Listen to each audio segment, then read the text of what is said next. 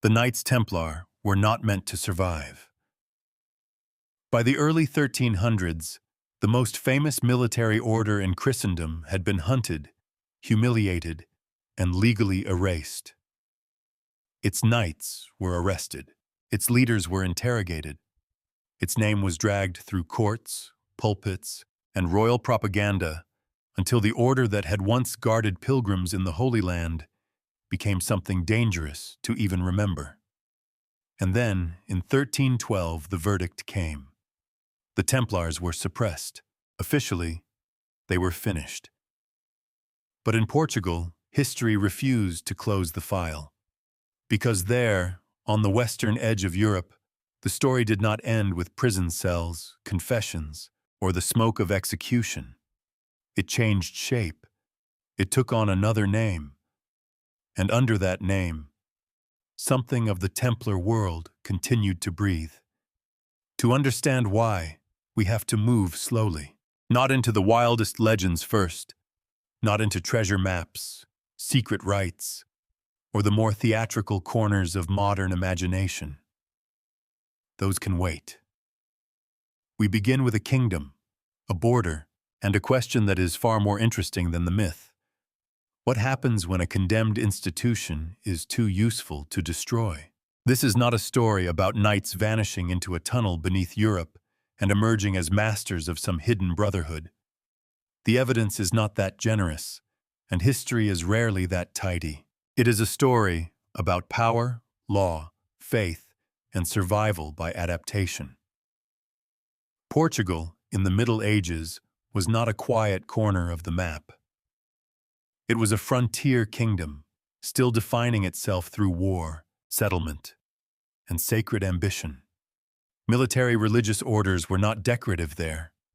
They were builders of castles, holders of land, guardians of dangerous borders, and instruments of royal strategy. So when the Templars fell elsewhere, Portugal faced a different calculation.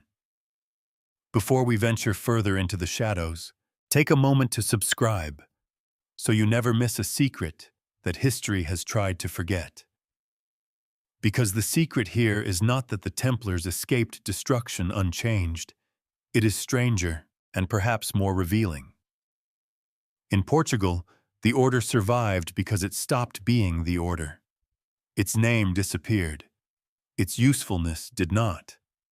And sometimes, in history, that is the closest thing to resurrection. Medieval Portugal was not born in comfort. It emerged on a hard edge of the Christian world, facing south toward territories shaped by centuries of Muslim rule, trade, learning, fortification, and resistance. To look at Portugal in this period is not to see a finished nation with secure borders and a calm destiny. It is to see a kingdom still being argued into existence by kings, bishops, settlers, soldiers, and men who wore crosses not only as signs of devotion, but as claims of authority. That matters, because the Templars did not enter Portugal as romantic wanderers from some distant crusading legend. They entered a living frontier. In the imagination, the Knights Templar are often placed somewhere far away. Jerusalem, Acre, the desert roads of the Levant, the great drama of crusader states rising and falling beneath a merciless sun. And yes, that world gave birth to the order. But military religious orders did not remain confined to the eastern Mediterranean. In Iberia, they found another kind of battlefield, less famous in popular memory, but deeply important to the people who lived there. Portugal's early kings needed more than prayers. They needed defensible towns. They needed fortified lines. They needed men who could hold land after it was conquered, not simply ride through it with banners and leave the problem to someone else. The work of expansion was not only the taking of territory, it was the slower, less glamorous work of keeping it. A captured town had to become a governed town. A border post had to become a settlement. A castle had to be supplied, repaired, staffed, and trusted. Fields had to be worked. Roads had to remain usable. Families had to believe that staying was possible. Otherwise, conquest was just a moment, and the map would shrink again as soon as pressure returned. This is where military religious orders became so valuable. They were not exactly armies in the modern sense. They were not exactly monasteries either, though they belonged to the religious world and lived under rules of discipline. They occupied a strange and powerful middle ground. Their members could fight, pray, administer land, collect revenue, build fortifications, and answer to spiritual authority, while also becoming deeply entangled with royal politics. That combination made them unusually useful in a kingdom where survival depended on both the sword and the charter. Portugal's frontier was not simply a line on parchment. It was a lived condition. A village might be a statement of faith, a political wager, and a military risk all at once. A castle might mean safety for one community and provocation to another. A grant of land was not just generosity from a king. It was a way of saying, "Hold this for me, defend it, populate it, make it part of the realm." The Templars were perfectly suited to that kind of work, but this also meant that, in Portugal, they became something more than a foreign order with a famous name. They became woven into the machinery of the kingdom. Their presence helped bind royal ambition to local defense. Their castles were not decorative monuments to piety, they were tools. Their estates were not merely spiritual property, they were resources. Their privileges were not symbolic favors, they were part of a larger system by which the crown tried to secure a fragile country. And here is the first important shift in the story. When people ask whether the Templars survived in Portugal, they often imagine survival as a secret, a hidden room, a coded ritual, a brotherhood quietly passing down forbidden knowledge while Europe looked away. But the deeper answer begins in plain sight. The Templars survived, in part, because before their fall they had become too embedded to remove cleanly. A king could suppress a name. A pope could dissolve an institution. A court could condemn an order in legal language. But what happens to the lands, the fortresses, the men trained to defend them, the local networks of loyalty and revenue, the habit, built over generations, of depending on a military-religious structure to protect a kingdom's edge? Destroying an order on paper is one thing. Replacing what it does is another. Portugal, more than many places, understood this problem. It was not dealing with the Templars as a distant scandal alone. It was dealing with them as part of its own architecture of survival. And that made the Portuguese response to the Templar crisis different from the beginning. Not because Portugal was outside the medieval church, and not because its rulers were sentimental defenders of fallen knights, but because the practical reality was impossible to ignore. The frontier had taught Portugal a hard lesson. Institutions are judged not only by what they are called, but by what they make possible. For the Templars, that lesson would matter long after their enemies believed the story was over. The Templars came to Portugal early enough that by the time anyone thought of erasing them, they had already become part of the kingdom's bones. Their arrival did not look like the beginning of a legend. There was no single grand scene where history paused, the gates opened, and white mantles appeared against the horizon. It was slower than that. More administrative. More medieval. A royal grant here. A privilege confirmed there. A castle entrusted. A stretch of land assigned. A frontier responsibility accepted. The kind of paperwork that rarely makes for dramatic storytelling, until you realize that parchment can change the fate of armies. This is one of the small traps in the Templar story. Because the order later became famous for secrecy, wealth, and persecution, it is tempting to read its entire history backward through that final catastrophe. Every land grant becomes suspicious.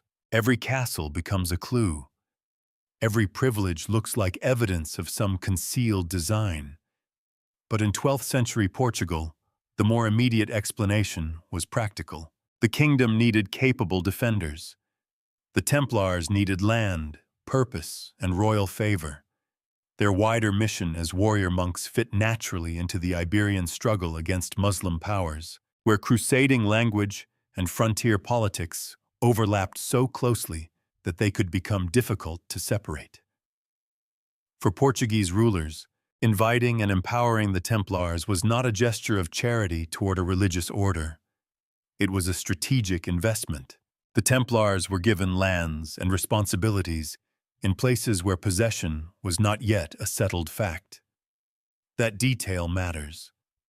A peaceful estate in the heart of a secure kingdom is one kind of gift. Land on a dangerous frontier is something else entirely. It is both reward and burden. It says, "This is yours if you can hold it. Build here, defend here, make the king's claim real," and the Templars did. Over time, they became attached to castles, territories, and communities that helped secure Portugal's expansion. Their role was not limited to battlefield courage, though courage certainly mattered in such a world. They provided continuity. A knight might die. A king might be succeeded by another king. A campaign might succeed one year and fail the next. But an order, with its rule, property, hierarchy, and institutional memory, could remain. That made the Templars different from a temporary band of soldiers. They did not simply appear for a campaign and disappear when the payment ended. They planted themselves into the landscape. Their houses and castles became points of organization, places where military force met religious identity and land management. The frontier was not held by bravery alone.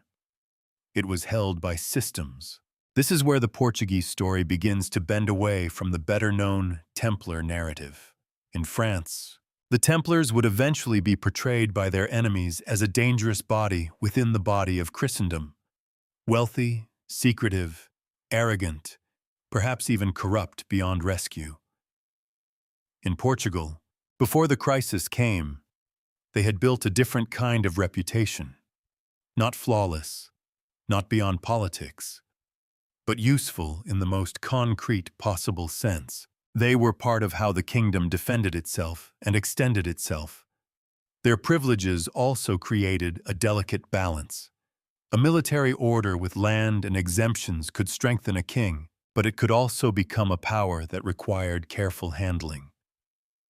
Medieval rulers were not naive about this. They knew that religious orders could accumulate influence. They knew that castles were not just walls. They were political statements with towers.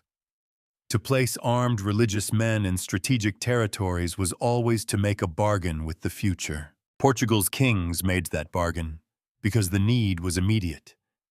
And so the Templars became deeply embedded, not as ghosts or conspirators, but as landholders, defenders, builders, and participants in royal policy.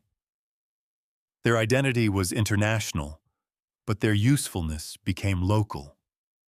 They belonged to a wider Christian military movement, yet in Portugal, their fortunes became tied to Portuguese survival. That distinction is important, because when the disaster came from outside, from France, from papal pressure, from the machinery of accusation and suppression, Portugal was not being asked merely to accept the fall of a distant order. It was being asked to dismantle something that had helped hold its own frontier together. Imagine standing before one of their strongholds, not centuries later as a visitor with a camera, but in the medieval moment when the frontier still had teeth. The castle is not romantic. It is not a ruin softened by time. It is an operating machine. Men pass through its gates. Supplies are counted.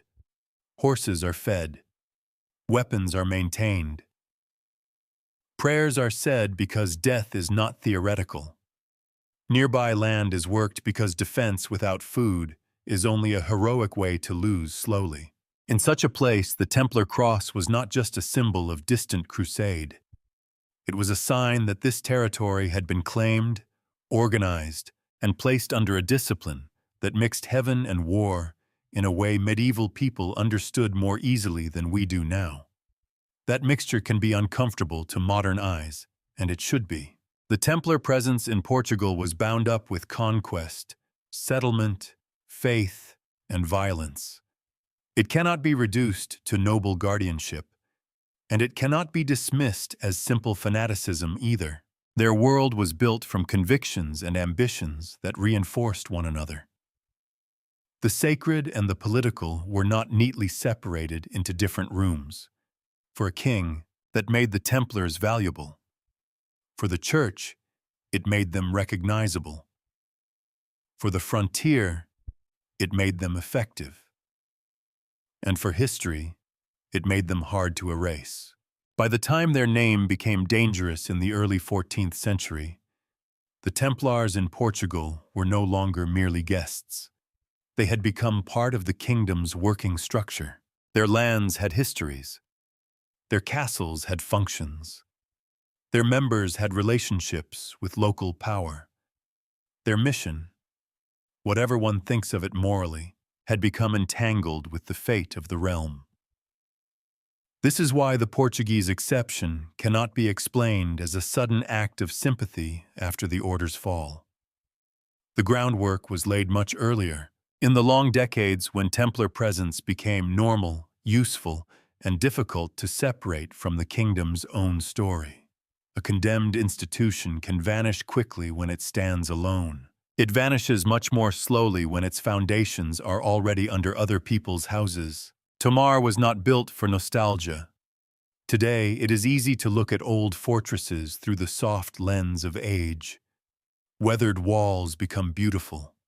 Defensive towers become scenic. The violence that gave them purpose recedes just far enough for us to admire the geometry.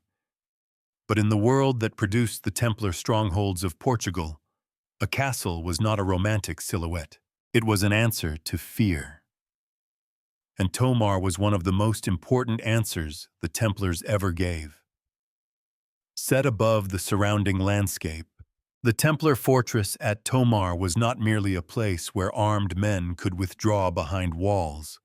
It was a statement of permanence, a warning, a promise, a spiritual headquarters, and a military machine built into the same body.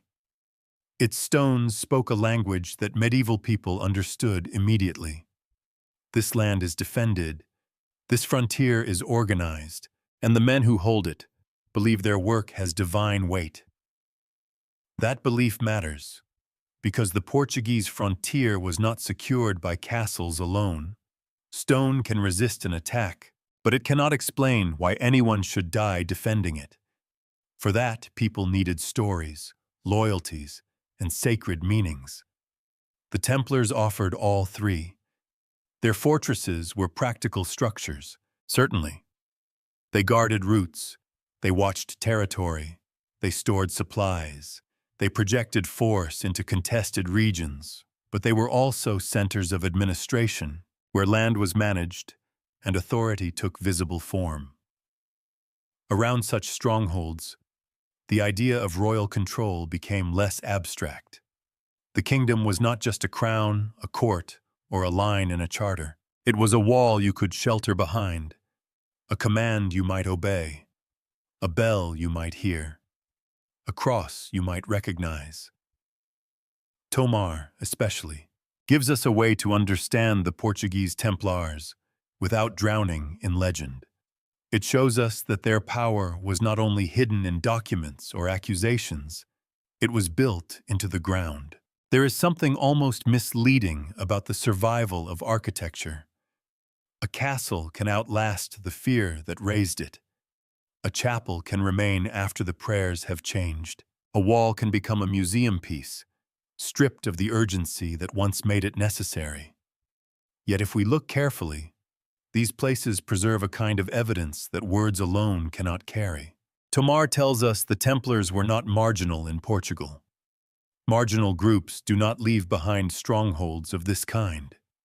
They do not become entrusted with major defensive responsibilities. They do not shape towns, landscapes, and royal strategies unless they have become useful enough to be relied upon. But usefulness always has a shadow. A fortress is protection if you are inside its system. It is domination if you stand outside it. The same wall that keeps one community alive may remind another that power has arrived and intends to stay. This is one reason the Templar story should not be flattened into a clean tale of heroic guardians. These men belonged to a world where faith and force were often braided together so tightly that pulling them apart can feel almost impossible. They defended, they expanded, they prayed, they governed. They helped secure Christian rule in places where that rule had to be imposed, maintained, and justified. To the crown, this made them indispensable. To their enemies, it could make them threatening. To later generations, it made them fascinating enough to be misunderstood. The castle, then, becomes more than a setting. It becomes a clue. If you want to know why Portugal later resisted the simple erasure of the Templar legacy, do not begin with rumors of secret ceremonies. Begin with walls like these. Begin with the economic and military reality that a place such as Tomar represented. Begin with the ordinary difficulty of replacing a powerful institution once it has become part of how a kingdom functions. A medieval ruler could not simply look at a fortress and see old stones. He saw obligations, revenue, strategic depth, armed manpower, and political relationships. He saw the cost of abandonment. He saw the danger of handing such assets to rivals. He saw the practical problem beneath the theological scandal. This is where the Portuguese story becomes quietly sharp. The fall of the Templars would later be framed in the language of sin, heresy, obedience, and papal judgment. But in Portugal, those grand words collided with physical facts. Castles do not vanish when a decree is issued. Estates do not stop producing income because a name has been condemned. Borders do not become safer because an order has been dissolved. Someone still has to hold the frontier. Tomar stood as a reminder of that. It was not simply a Templar possession. It was a piece of the kingdom's defensive imagination. It gathered together the order's spiritual identity and its political function in one place. The round church, the fortified enclosure, the commanding position. The later layers of construction that would accumulate over generations. All of it makes Tomar feel less like a relic of a dead order than a record of transformation. And transformation is the word that will matter most. Because the Templar strongholds in Portugal did not preserve the order by magic. They preserved its importance by making that importance hard to deny. Even if every accusation from France had been accepted without question, even if every European ruler had agreed that the Templar name must be removed, Portugal still had to ask, what becomes of the structure they built here? Not only the stone structure, the human one.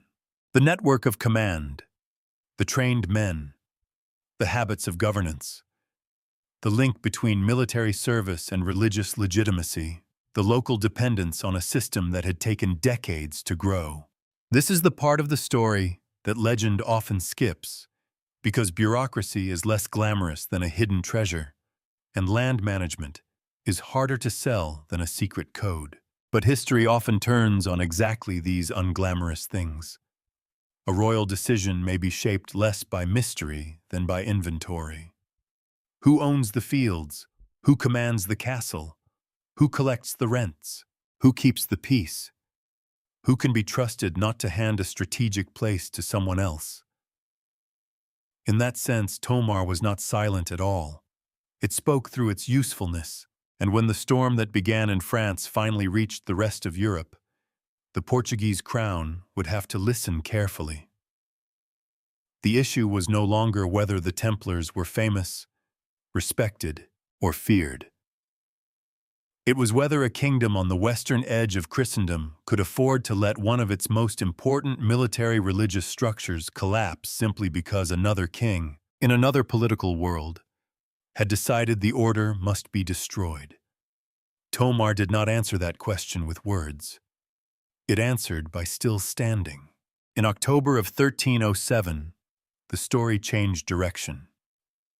Not in Portugal at first, not in Tomar, not along the old frontier where castles and land grants had made the Templars feel almost like part of the kingdom's natural order. The first blow fell in France, and it came with the precision of a political operation. King Philip IV of France moved against the Knights Templar with startling force. Across his realm, members of the order were arrested. Their houses were seized. Their reputation, once armored by crusading prestige, was suddenly dragged into the language of heresy, corruption, and secret crime. The accusations were severe enough to poison the air around the order almost immediately. The Templars were accused of denying Christ, spitting on the cross, practicing obscene initiation rituals, worshipping strange idols, and other offenses designed to strike at the deepest fears of medieval Christianity. These were not minor charges. They were the kind of allegations that did not simply condemn a person's actions. They threatened to make the accused appear spiritually diseased, and that was the point. A military order could survive criticism. It could survive envy. It could survive the resentment that often gathered around wealth and privilege. But heresy was different. Heresy did not merely say, "These men are too powerful." It said, "These men are enemies of God hiding inside the church." Once that idea entered the bloodstream, the Templars were no longer being judged only as soldiers, bankers, landholders, or monks with swords. They were being transformed into a danger that demanded cleansing. The tragedy is that the evidence behind these accusations is difficult, damaged, and deeply entangled with coercion. Confessions were extracted under torture. Men, under unbearable pressure, admitted to things that later became almost impossible to evaluate cleanly. Some retracted. Some contradicted one another. Some may have said what their interrogators needed to hear because pain can make theology very flexible. This is not a small detail. It is one of the central problems in the fall of the Templars. When a confession is produced by torture, it tells us something, but not always what the court claims it tells us. It may reveal guilt. It may reveal fear. It may reveal the expectations of the interrogator. It may reveal the shape of a story already prepared before the accused man opened his mouth. The historian has to move carefully here, because the surviving records are not neutral windows. They are documents created inside a machinery of power. Philip's motives have been debated for centuries, and we do not need to reduce them to a cartoon of greed. But neither should we pretend the political and financial context was irrelevant. The French king was a hard, ambitious ruler, and the Templars were a wealthy, privileged, international order whose independence could irritate any monarch trying to tighten control over his realm. They owed obedience to the Pope, not simply to local kings. They possessed property. They had networks. They had prestige. And prestige, when it no longer serves power, can quickly become suspicious. What makes the French attack so chilling is not only the severity of the charges, it is the speed with which an old reputation could be inverted. For generations, the Templars had been imagined as defenders of Christian pilgrims and warriors of the faith. Their failures in the Holy Land had damaged them, certainly. The loss of the Crusader states had raised uncomfortable questions about all the military orders. What good were these great institutions if the sacred places they were meant to defend had been lost? But disappointment is not the same as demonization. Philip's campaign helped push the order across that line. A failed defender could be criticized. An alleged heretic could be destroyed. And once the Templars were cast in that second role, their old symbols became vulnerable to reinterpretation. The secrecy of initiation, which many religious communities possessed in some form through ritual and discipline, could be made to look sinister. Wealth, which had once supported war and administration, could be described as corruption. International reach, once a strength, could be framed as conspiracy. Even obedience within the order could be made to resemble a hidden chain of dangerous loyalty. This is how institutions fall in public imagination, not always by inventing everything from nothing, but by changing the meaning of what people already know. The Templars did have wealth. They did have privileges. They did operate through internal rules. They were powerful, and powerful institutions attract resentment. But the leap from power to heresy required more than suspicion. It required pressure, performance, and repetition. It required courts. It required statements. It required frightened men naming the unthinkable under conditions that make certainty difficult. By the time the accusations spread beyond France, the Templar name itself had become unstable. In one region, they might still be remembered as useful warriors and landholders. In another, they were suddenly a scandal that no ruler could ignore without seeming soft on heresy. The issue was no longer local. It had become a crisis for Christendom that placed other kingdoms in a delicate position. A king might privately doubt the charges. He might value the order's lands or men. He might suspect Philip's motives, but he also had to consider papal authority, public religion, diplomatic pressure, and the danger of appearing to protect a condemned or contaminated body. In the medieval world, reputation could move faster than evidence, and once heresy was spoken aloud, silence itself became a kind of risk. Portugal would eventually have to respond to this storm. But the storm did not begin as a Portuguese problem. It began as a French one, shaped by the particular pressures of the French crown, the vulnerability of the papacy, and the changing fortunes of a military order, whose original reason for glory had become harder to defend after the loss of the Holy Land. That is why the fall of the Templars should not be understood only as a courtroom drama or a lurid catalogue of accusations. It was also a crisis of purpose. The order had been created for a crusading world, but that world had changed. The great Christian footholds in the eastern Mediterranean had collapsed. The Templars remained wealthy and visible, but their most famous mission seemed wounded. In moments like that, an institution can become exposed. Its enemies begin asking why it still exists. Its friends become less certain how to defend it. Its assets start to look temptingly available, and then comes a king willing to act. The arrests of 1307 did not merely begin a legal process. They began a transformation of memory. The Templars were forced from the realm of honored service into the darker theater of suspicion. Whether the charges reflected reality, exaggeration, fabrication, or some tangled mixture, their effect was devastating. Across Europe, rulers watched. Some moved cautiously. Some complied. Some waited to see where papal authority would land. But no one could pretend the old world remained intact. The Templars had been struck at the center of their legitimacy. A religious military order can endure military defeat. It can endure political jealousy. It cannot easily endure the claim that its very rituals are corrupt. And so, before Portugal could preserve anything, France had to destroy the name. That is the cruel hinge of this story. The Templars in Portugal had built castles, held land, and served a frontier kingdom in ways that were practical and visible. But the accusations from France did not care about local usefulness. They operated on another level, one that could stain every commandery and every mantle by association. A man in Portugal, did not need to have stood in a French interrogation chamber to feel the consequences of what happened there. Once the order itself was accused, every province of it lived under the same shadow. The scandal was portable. It traveled with the name, and names, in medieval Christendom, mattered intensely. A name could carry privilege. A name could carry honor.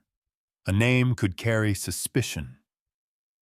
By the end of the French assault, Templar had become a word that no longer belonged entirely to the men who wore it. It belonged also to judges, kings, rumors, sermons, and frightened imaginations. It could be used against them before they had spoken. Portugal would later find a way through this problem, but not by pretending the French crisis had never happened. That would have been impossible. The attack had gone too far. The accusations had become too public. The papal machinery was being drawn in. The order's future would no longer be decided by battlefield service alone. From this point forward, survival would require something more subtle than courage. It would require law. It would require diplomacy. And perhaps most importantly, it would require a new name. A king could begin the destruction of the Templars, but only the Church could make that destruction final. That was the problem. Philip of France had struck first, with arrests and accusations and a campaign that turned suspicion into spectacle. But the Knights Templar were not simply a French organization. They were a religious military order with a place inside the wider structure of Latin Christendom. Their authority, their privileges, and their very identity were tied to papal recognition. If they were to be erased as an order, the decision had to pass through Rome's authority, or at least through the authority of a pope under very uncomfortable pressure, and Pope Clement V was trapped in a narrow corridor. On one side stood the French king, forceful, relentless, and politically difficult to resist. On the other stood the reputation of the Church itself, which could not casually admit that one of its most celebrated military orders had been rotten at the core without raising deeper questions. If the Templars were guilty, how had they survived so long under Christian approval? If they were innocent, why had so many confessions been produced, however damaged by torture? And if the truth lay somewhere between scandal, coercion, resentment, and political appetite, then how could such a truth be handled without making everyone look compromised? The official answer came in 1312. At the Council of Vienne, the Templar order was suppressed. That word matters. Suppressed. Not simply defeated in battle. Not replaced after a calm administrative review. Suppressed by papal action, in a legal and ecclesiastical act that removed the order's standing. The Templars, as an institution recognized by the Church, no longer existed. But the manner of that suppression is important.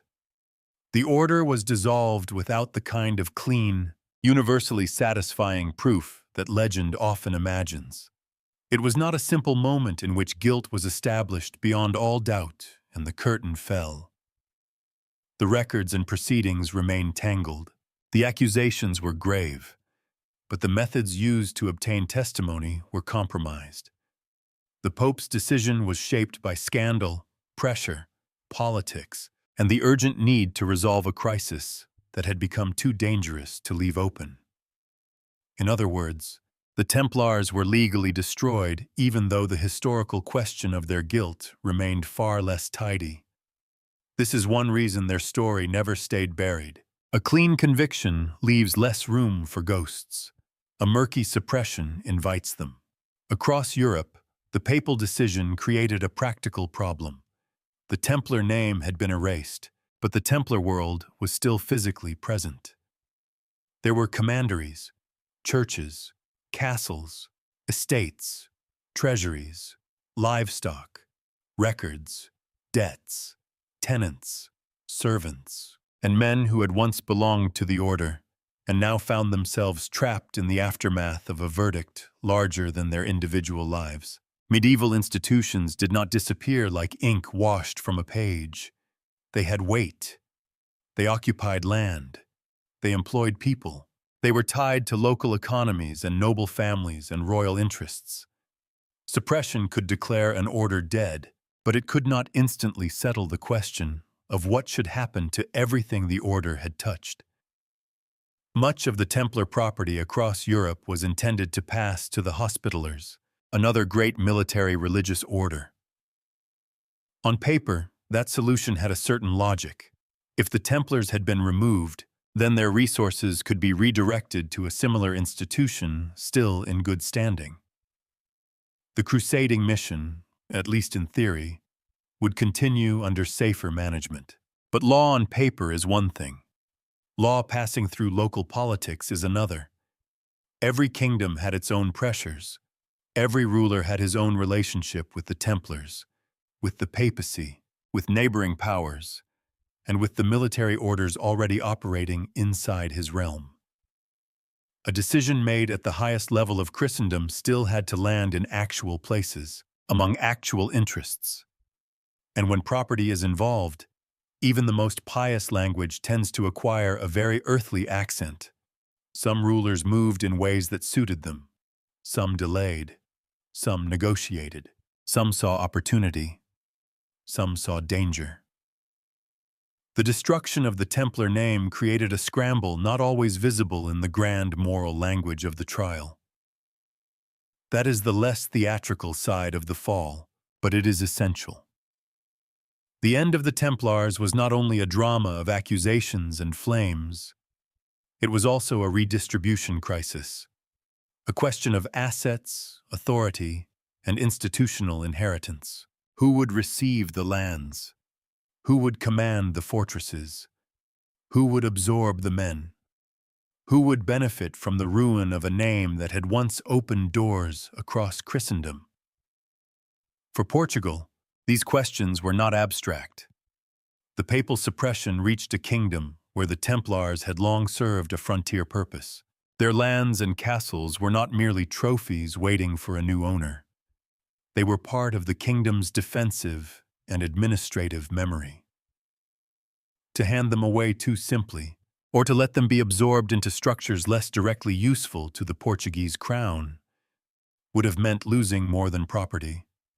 It would have meant surrendering a piece of royal strategy. This is where we must slow down and resist the temptation to turn King Dinis into a romantic rescuer of persecuted knights. That version is satisfying, but too simple.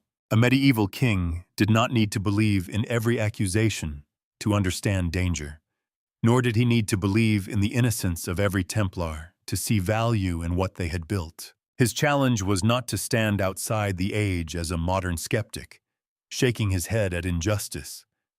His challenge was to navigate papal authority while protecting his kingdom's interests. He had to be obedient enough not to invite open conflict with the Church, but careful enough not to allow a useful military religious infrastructure to be stripped away. That required patience. It required legal maneuvering. It required a distinction between the condemned name and the practical inheritance behind it. The Church had suppressed the Order of the Temple. That much could not be ignored. But did that mean every former Templar land in Portugal should be treated as if it had no local history? Did it mean that every function the order had performed was suddenly unnecessary? Did it mean that the frontier no longer required disciplined military religious service? Of course not. And this is where the Portuguese path begins to reveal itself. The official death of the Templars did not produce one identical result everywhere. The fate of the order depended heavily on where its properties stood and which ruler was strong, clever, or motivated enough to shape the aftermath. Papal authority mattered enormously, but papal decisions still entered a world of kingdoms, borders, negotiations, and practical needs. In France, the destruction of the Templars had been tied to royal aggression from the beginning. In Portugal, the crown faced the same papal reality, but a different political landscape. The Portuguese king did not need to defend the Templar name forever. That name had become too burdened, but he could work to preserve what the name had once organized. This is the distinction that unlocks the whole story. The medieval Templar order did not survive in Portugal as if nothing had happened. It was not openly continued under the same banner in defiance of Rome. That would have been reckless, and the evidence does not support it. The old institution was condemned. Its legal identity was broken. But legal identity is not the same as historical substance. An order can die while its estates remain. A title can be removed while its members are redirected. A symbol can be altered while its memory lingers. A mission can be rephrased and placed under new supervision. The surface can change, and beneath it, enough continuity can remain to make the change feel less like destruction than metamorphosis. The Pope's suppression made that metamorphosis necessary. It closed one door so forcefully that anyone hoping to preserve the Templar inheritance had to find another entrance. No responsible ruler could simply say, "The order continues," not after 1312. The word Templar had become too dangerous. But a new order, with papal approval, royal oversight, and a cleansed legal identity, that was another matter. History often moves through such compromises. It rarely gives us the pure drama of total survival or total annihilation. More often, it gives us a condemned structure, taken apart and rebuilt with some of the same stones. The name changes, the seal changes, the legal language changes. The people involved learn what can be said openly and what must be translated into acceptable form. This was not secrecy in the modern conspiratorial sense. It was politics, and politics can preserve things more effectively than secrecy ever could. The suppression of 1312 was meant to end the Knights Templar as an order of the Church. In that formal sense, it succeeded. After Vienne, there was no legitimate Templar order continuing across Europe with papal blessing. The old body had been dissolved, its reputation permanently wounded, its leaders and brothers scattered into uncertain fates. Yet the consequences of that act were uneven. In some places, the Templar story became mainly a tale of ruins, confiscations, and memory. In Portugal, it became a question of conversion. Not spiritual conversion, but institutional conversion. How could a condemned inheritance be made usable again? How could a king keep what mattered without appearing to protect what had been condemned? How could the frontier retain its defenders while Christendom accepted the disappearance of their old name? These are not the questions that produce the flashiest legends. There is no jeweled idol here. No underground vault conveniently waiting for a modern adventurer. No perfect code that explains everything. There is something more revealing. The medieval art of survival through paperwork, diplomacy, and renaming. It sounds almost anticlimactic until you understand how powerful a name could be. The name Templar had become a liability. The lands had not. The men had not necessarily lost their usefulness. The mission, especially in a frontier kingdom, had not vanished.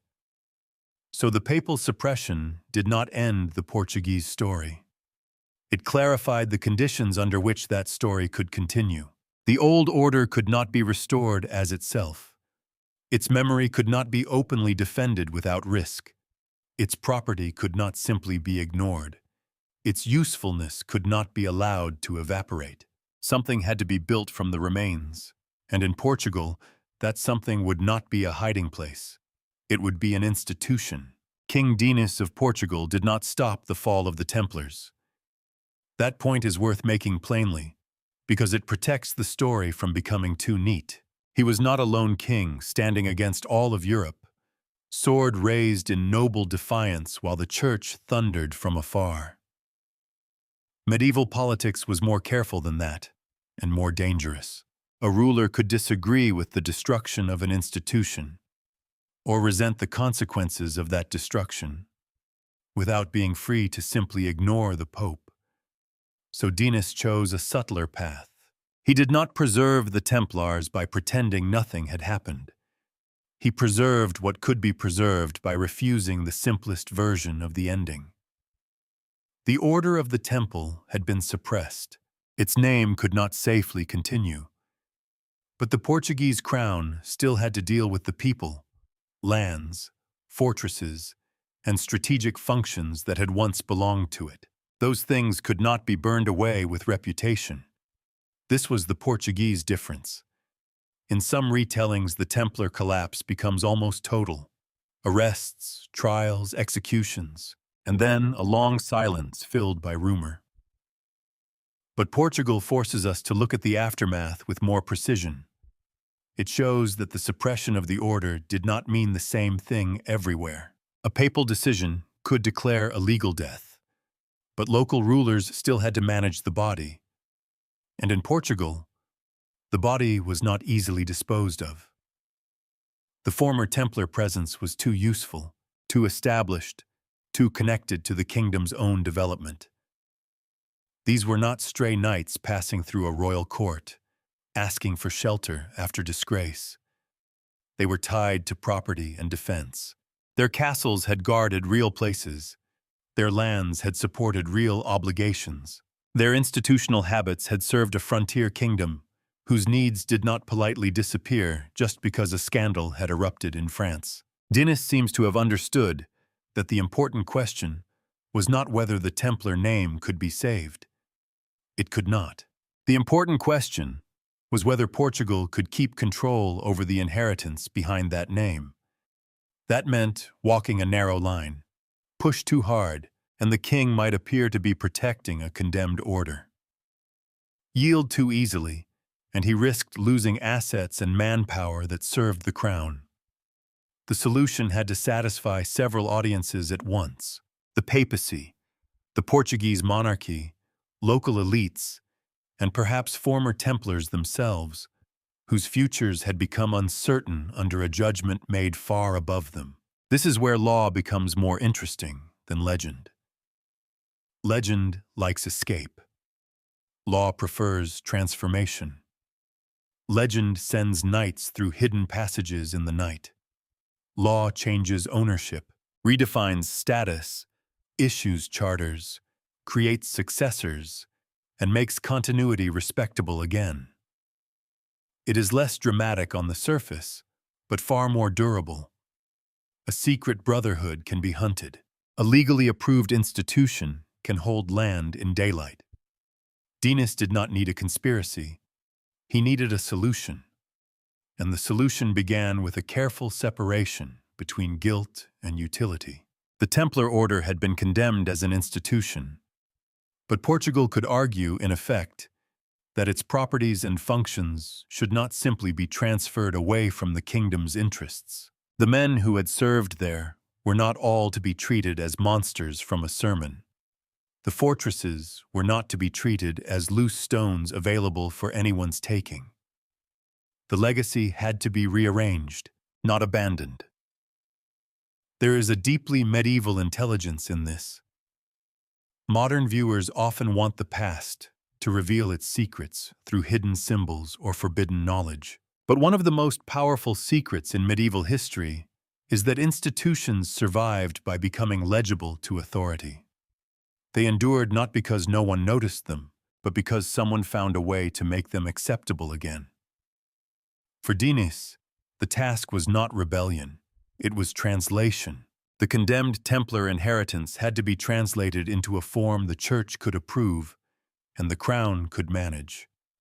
The old danger lay in the name. The new opportunity lay in the assets, the personnel, the mission, and the infrastructure. If those could be separated from the scandal, Portugal could keep what it needed while avoiding open disobedience. And this is where the story becomes quieter, but also more revealing. The Portuguese response was not driven by sentiment alone. It was not simply gratitude toward men who had served the Reconquista, nor was it necessarily proof that the king believed every Templar innocent. Medieval rulers could be practical to the point of coldness. Dinis was protecting royal interest as much as memory. He was ensuring that valuable lands and defensive structures remained tied to Portugal's needs, not swallowed automatically into arrangements that served someone else. That does not make his decision less important. It makes it more believable. History is often preserved by mixed motives. A king may protect an inheritance because it is useful. A pope may approve a compromise because it resolves a problem. Former members may accept a new identity because it gives them a future. None of this requires pure heroism. It requires pressure, negotiation, and a shared desire to prevent disorder. The result was a refusal of the simple ending. The Templars would not continue openly as Templars. That possibility was gone. But neither would their Portuguese world be reduced to a footnote in a French tragedy. The crown would work to keep their legacy within Portugal, reshaped under legitimate authority. The scandal would be acknowledged by removing the old name. The usefulness would be preserved by creating a new container for it. This is the point at which survival becomes difficult to define. If a man removes his old cloak, accepts a new rule, answers to a new institutional title, and continues serving in a similar landscape with similar purposes, is that survival or replacement? If a castle built by one order becomes the heart of another, has the past vanished or changed address? If a mission is renamed but not entirely abandoned, what exactly has died? Portugal did not answer these questions with theory. It answered them with policy. And policy, unlike myth, leaves traces of intention. It tells us that someone understood the value of continuity. Someone saw that the destruction of the Templar name did not require the destruction of every structure the Templars had built. Someone decided that the frontier, the crown, and perhaps the former brothers themselves were better served by adaptation than by erasure. This makes the Portuguese exception more subtle than the familiar fantasy of secret survival. There is no need to imagine Templars hiding in caves, guarding impossible treasure, waiting for centuries to reveal themselves to a novelist with excellent timing. The real story is stranger because it is more ordinary. The survival happened through recognized channels, through negotiation with the very authority that had suppressed the old order. It was not a refusal to accept history. It was an unusually skillful use of history's own machinery. Dinis understood that names could be dangerous. He also understood that names could be replaced. The condemned order of the Temple could not be revived as if the Council of Vienne had never happened. But Portugal could ask for something new, a new order, a new legal identity, a new framework in which the old lands and functions could continue without carrying the full poison of the Templar name. That request required patience. It required the right language. It required the crown to appear not as a protector of heresy, but as a guardian of Christian defense and royal stability. The argument had to be made in terms the papacy could accept. Not, let the Templars live, but let their resources continue to serve a holy and useful purpose under proper supervision. That is a very different claim. It is also the claim that made survival possible, because once the issue was framed not as defiance, but as reorganization, the door opened. Portugal could become the place where the Templar inheritance was not denied exactly, but purified by renaming. A legal fiction, perhaps, but legal fictions can have real consequences. They can transfer estates, they can preserve personnel, they can turn scandal into continuity, and they can change the memory of an entire kingdom.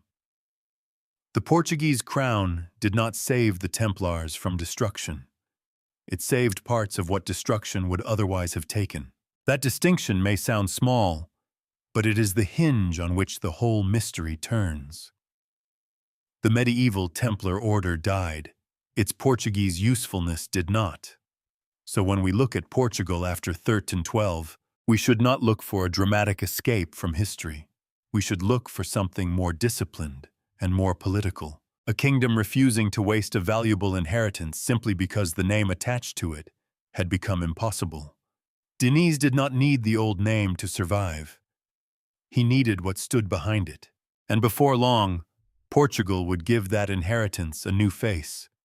One respectable enough for the church, useful enough for the crown, and familiar enough that the old stones of Tomar would recognize it. The new name arrived in 1319. Not as a dramatic trumpet blast. Not as a secret password whispered from one surviving knight to another. It arrived through papal approval, legal language, and royal purpose. The very tools that had ended the Templars, as an official order now helping to preserve part of their inheritance in another form. The Order of Christ was born. That name can sound almost too clean, as if history simply washed its hands, changed the sign above the door, and moved on. But what happened in Portugal was more complicated than a convenient rebranding. The creation of the Order of Christ gave legal shape to something that had been politically necessary for years. The continuation of lands, resources, and military religious purpose that had once belonged to the Templars, now placed under a new identity acceptable to the Church and useful to the Portuguese crown. This is the point where the story becomes both clearer and more elusive. Clearer, because we are no longer dealing only with rumor or later imagination. There was a real institution. It had a name. It had papal recognition. It stood in the open, not in hiding. Its existence shows that Portugal did not merely mourn the Templars. It actively constructed a successor that could carry forward much of what the old order had represented in that kingdom. More elusive, because succession is not the same as resurrection. The Order of Christ was not the Knights Templar simply continuing under a theatrical disguise. The old order had been suppressed. Its legal identity had been broken. Its reputation had been stained across Europe. No one could safely pretend otherwise. The new order had to be new enough to satisfy authority, yet familiar enough to preserve what Portugal could not afford to lose. That balance was the genius of the arrangement. The papacy could approve it, because it was not officially reviving the condemned order of the Temple. The Portuguese crown could support it, because it kept valuable military and territorial resources within a framework the king could influence. Former Templar assets could be redirected without being surrendered entirely to outside interests. Former personnel, where continuity existed, could find a path into a legitimate future rather than being left as remnants of a ruined name. This was survival by transformation, and it was far more effective than defiance. Defiance makes a fine legend. It is loud, romantic, and usually doomed. Transformation is quieter. It accepts the wound and builds around it. It understands that institutions do not survive great scandals by insisting nothing has changed. They survive by changing just enough. The Order of Christ offered Portugal exactly that, enough change to make continuity possible. To medieval eyes, the difference between names was not cosmetic. A name carried legal standing, spiritual approval, property rights, obligations, and reputation. To call something by a new name was not merely to disguise it. It was to relocate it inside a different field of authority. The old Templar name had become unsafe. The new name created room to breathe. And yet, the continuity was hard to miss. The lands did not float into nothingness. The strategic concerns did not vanish. The frontier memory remained. The older Templar foundations, especially at Tomar, continued to matter. The military-religious model survived in altered form, now under the banner of an order whose legitimacy depended precisely on not being the Templars, while inheriting enough from them to make the connection impossible to ignore. This is why Portugal became so important to the afterlife of the Templar story. Elsewhere, The fall of the order often leads into absence, confiscated estates, broken commanderies, scattered brothers, a name that becomes increasingly available to rumor because the official institution is gone. In Portugal, absence was interrupted by continuity. There was still something to point to: a successor, a place, a structure, a line of inheritance. That does not prove the wildest claims later attached to the Templars. It does not prove hidden treasure. It does not prove secret doctrine.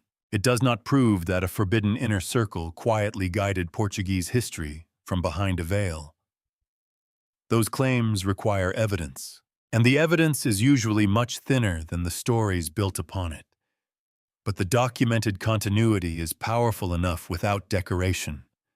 A condemned order's Portuguese world did not disappear.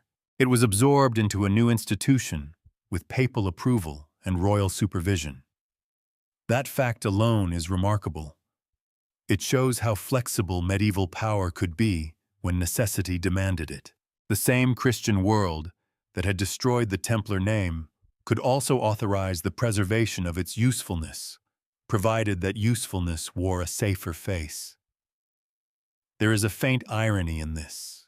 The Templars had been accused, in part, of secret corruption hidden beneath holy appearances.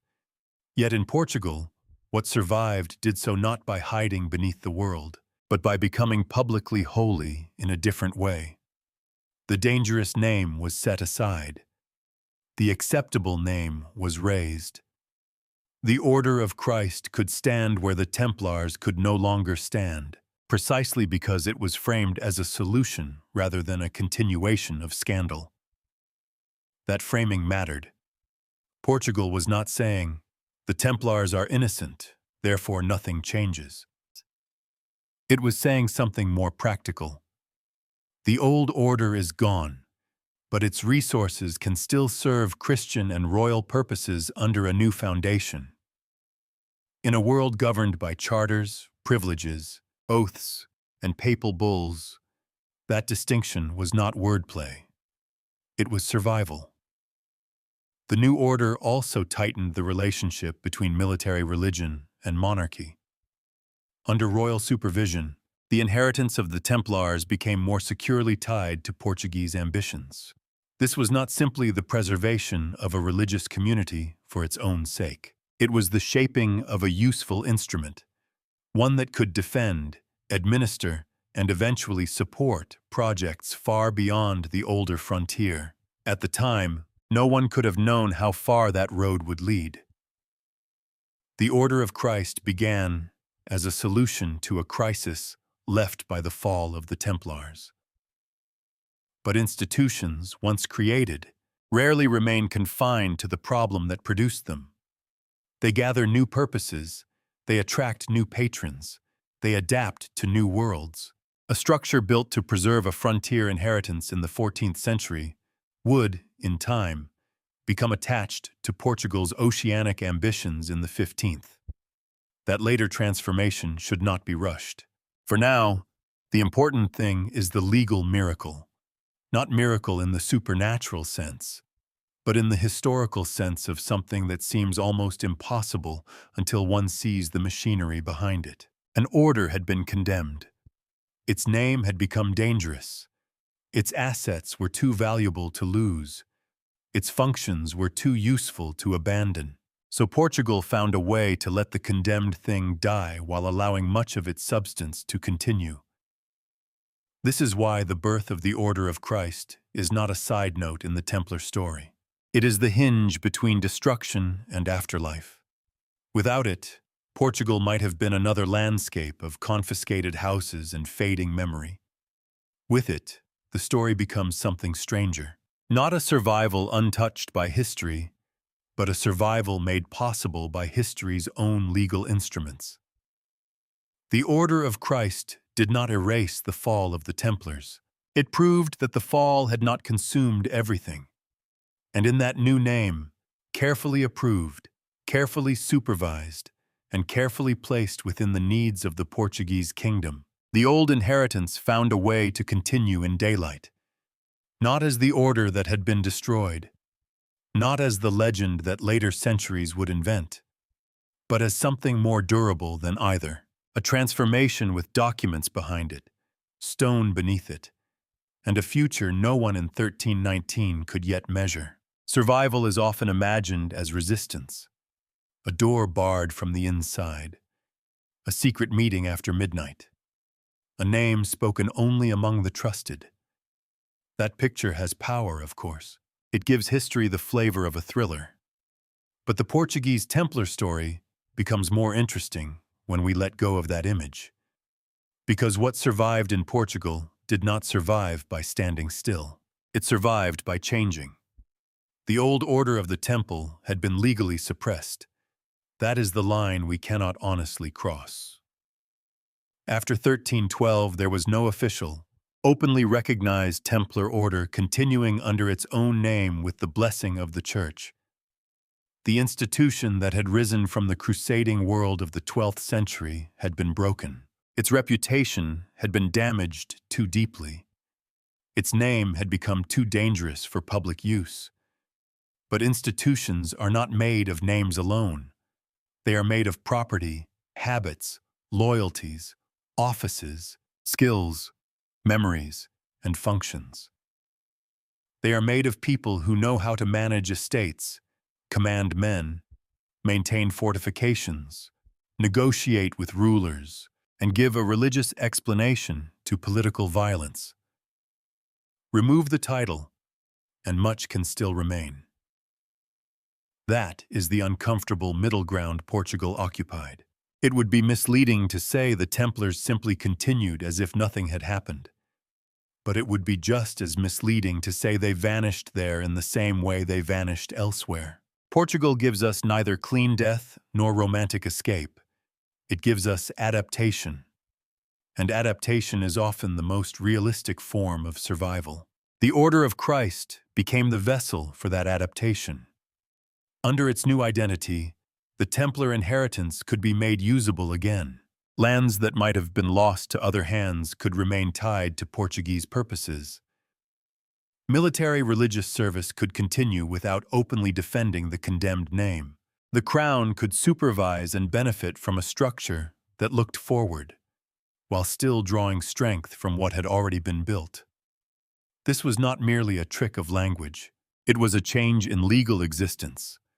And yet, legal existence is exactly where medieval power lived. To us, a change of name can feel superficial. A modern company changes its branding after scandal, and we are trained to be suspicious. But in the medieval world, a name was tied to charters, permissions, spiritual legitimacy, and the right to hold property.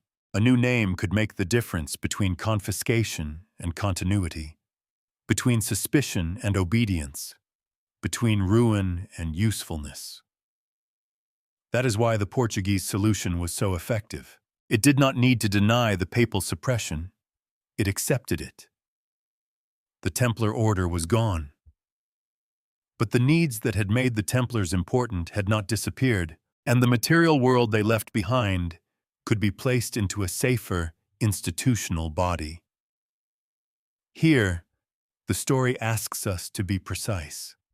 The survival was not necessarily a survival of secret doctrine. The evidence does not allow us to claim that hidden Templar teachings were carefully passed into the Order of Christ as part of some grand concealed plan. That belongs to the mystere edge of the tradition, where later imagination often grows faster than documentation. What we can speak of more confidently is institutional DNA. The phrase is modern, but the idea is useful. The Order of Christ inherited more than empty land. It inherited a pattern of usefulness. It stood in a kingdom where armed religious service had long been woven into royal strategy. It carried forward the idea that a military order could be both sacred and political, both devotional and administrative, both obedient to church authority and deeply useful to the crown. That pattern mattered more than any single dramatic secret. A former Templar estate could support a new order. A former Templar stronghold could become part of a new institutional geography. Men trained in the old world could, where permitted and absorbed, serve under a new identity. Symbols could shift, but not always enough to erase memory. And the Portuguese monarchy could preserve a working structure without having to defend every burden attached to the old name. This is survival through translation. Not the translation of one language into another, but of one political reality into an acceptable form. The Templar legacy was translated from a condemned order into a royal and papally approved institution. Its sharper edges were filed down, its legal danger was removed, its practical value was retained. There is a kind of cold brilliance in that. A secret underground brotherhood would have been fragile. It would have depended on silence, fear, and the hope that no one important noticed. But the Order of Christ did not need to hide in cellars. It could hold property, receive privileges, and participate in the life of the kingdom openly. Its strength came not from evasion, but from legitimacy. That is the part many legends miss. They make secrecy the highest form of survival. Portugal suggests the opposite. Sometimes the safest way for a dangerous legacy to continue is not to conceal it completely, but to make it respectable. Of course, respectability does not mean innocence. The new order inherited a world shaped by conquest and frontier warfare. It carried forward a tradition in which spiritual language could bless expansion, discipline violence, and make royal ambition appear part of a larger Christian purpose. This is not a small matter.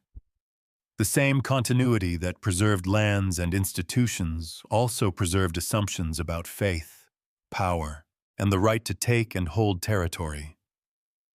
So the survival of the Templar inheritance in Portugal should not be treated only as a clever rescue story. It was also the preservation of a machinery of expansion. That machinery had once faced the Iberian frontier. Over time, it would be redirected. The geography would change. The old landward struggle would gradually give way to maritime ambition. But the habit of joining sacred mission to royal expansion would remain available. In that sense, the Order of Christ did not merely keep the past alive. It helped prepare the past for new uses.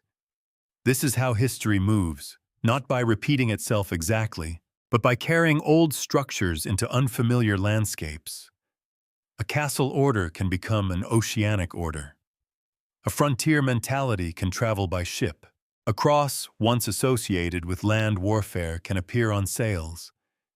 The transformation may look surprising from a distance, but beneath it lies a continuity of purpose: to expand, to claim, to organize, to sanctify.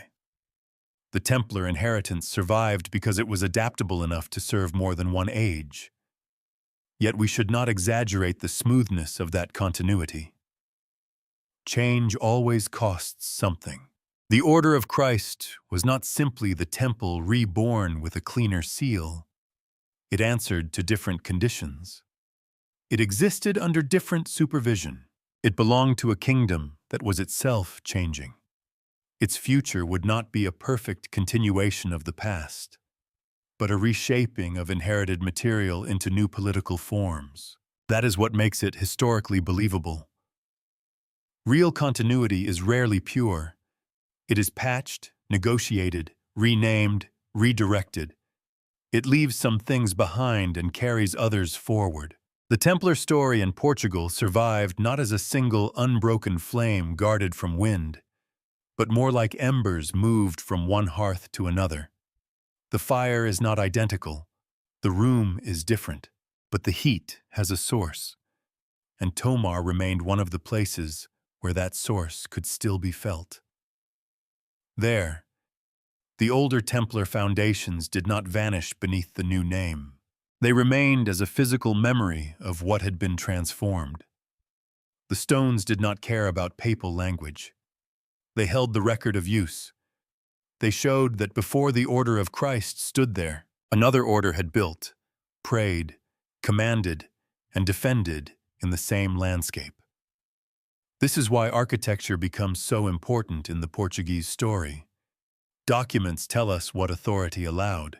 Buildings show us what authority inhabited. Between the two, we can see the shape of adaptation. The men of the 14th century may not have thought of this as a mystery at all. To them, it may have been a practical settlement, a solution to a difficult problem left by scandal and suppression. The older name had become impossible. The land remained useful. The crown needed control. The church needed order. A new institution answered those needs. The mystery came later, when people looked back and saw the outline of something uncanny. A famous order destroyed across Europe.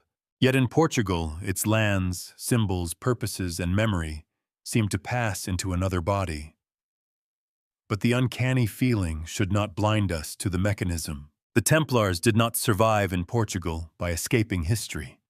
They survived because Portuguese history had a use for them.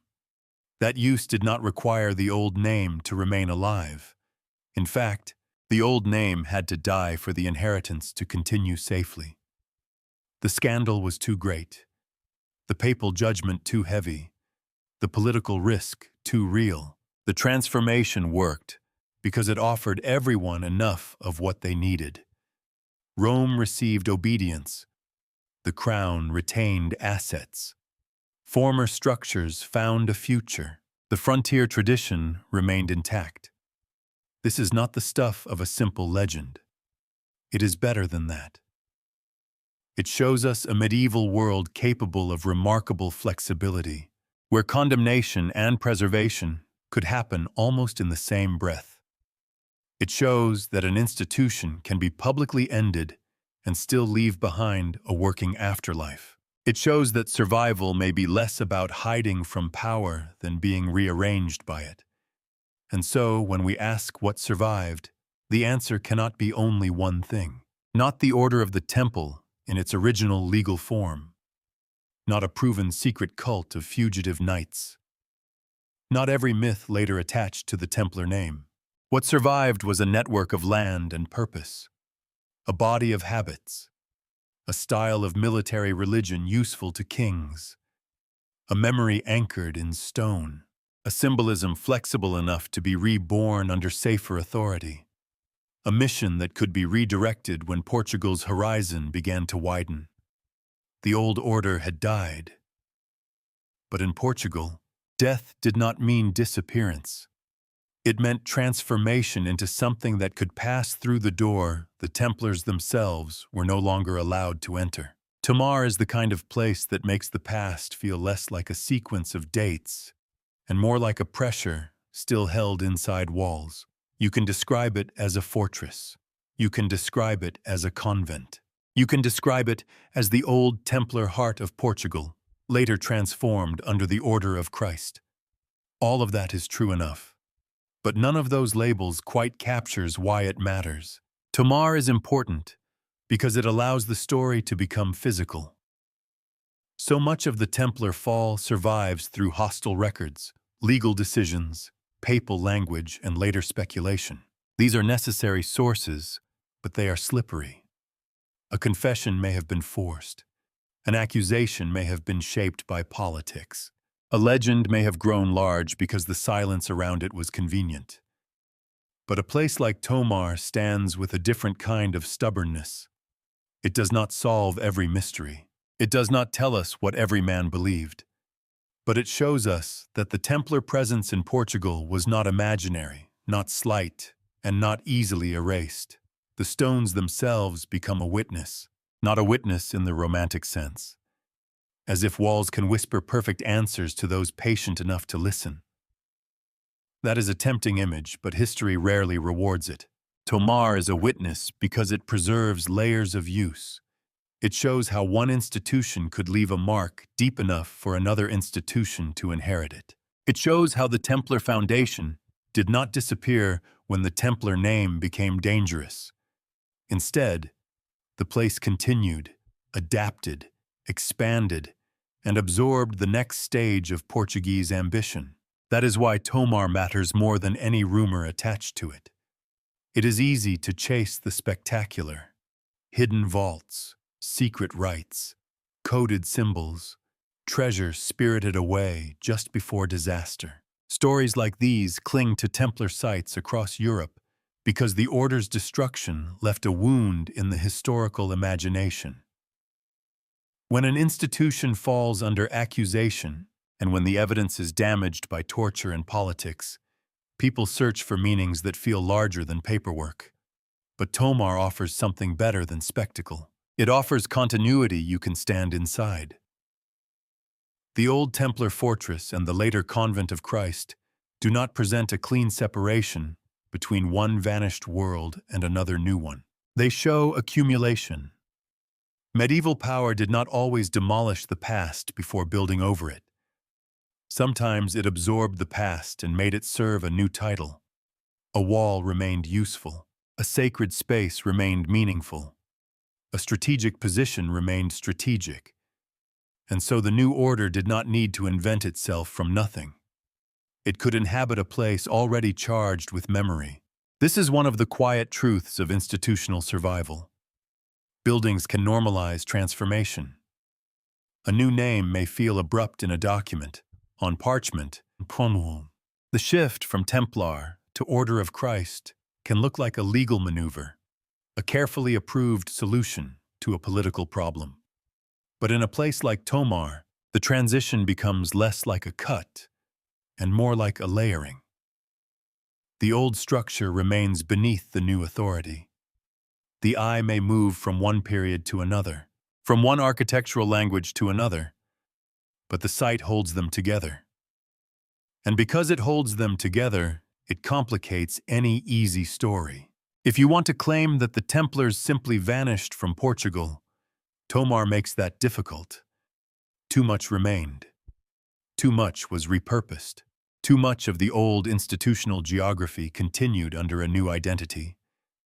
But if you want to claim that the Templars secretly survived unchanged, Tomar resists that as well. The place does not show a frozen order hiding from history. It shows adaptation under authority, transformation through legitimacy, and a memory that survived because it was built into structures useful to kings and acceptable to the church. Tomar is not evidence of a perfect secret. It is evidence of a managed inheritance. That distinction is everything. The Templar round church, with its sacred geometry and martial context, belongs to a world in which faith and war were not opposites, but partners in the same imagined mission. Later additions and transformations belong to a Portugal whose ambitions would eventually reach beyond the old Iberian frontier. The site becomes a kind of stone archive, not because it tells a single story clearly, but because it refuses to let the earlier story disappear beneath the later one. In Tomar, memory does not survive as nostalgia. It survives as use.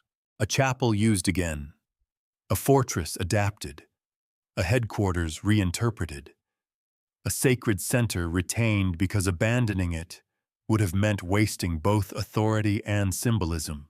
The old Templar presence gave the site weight. The Order of Christ gave it a future, and that future would matter far beyond the walls.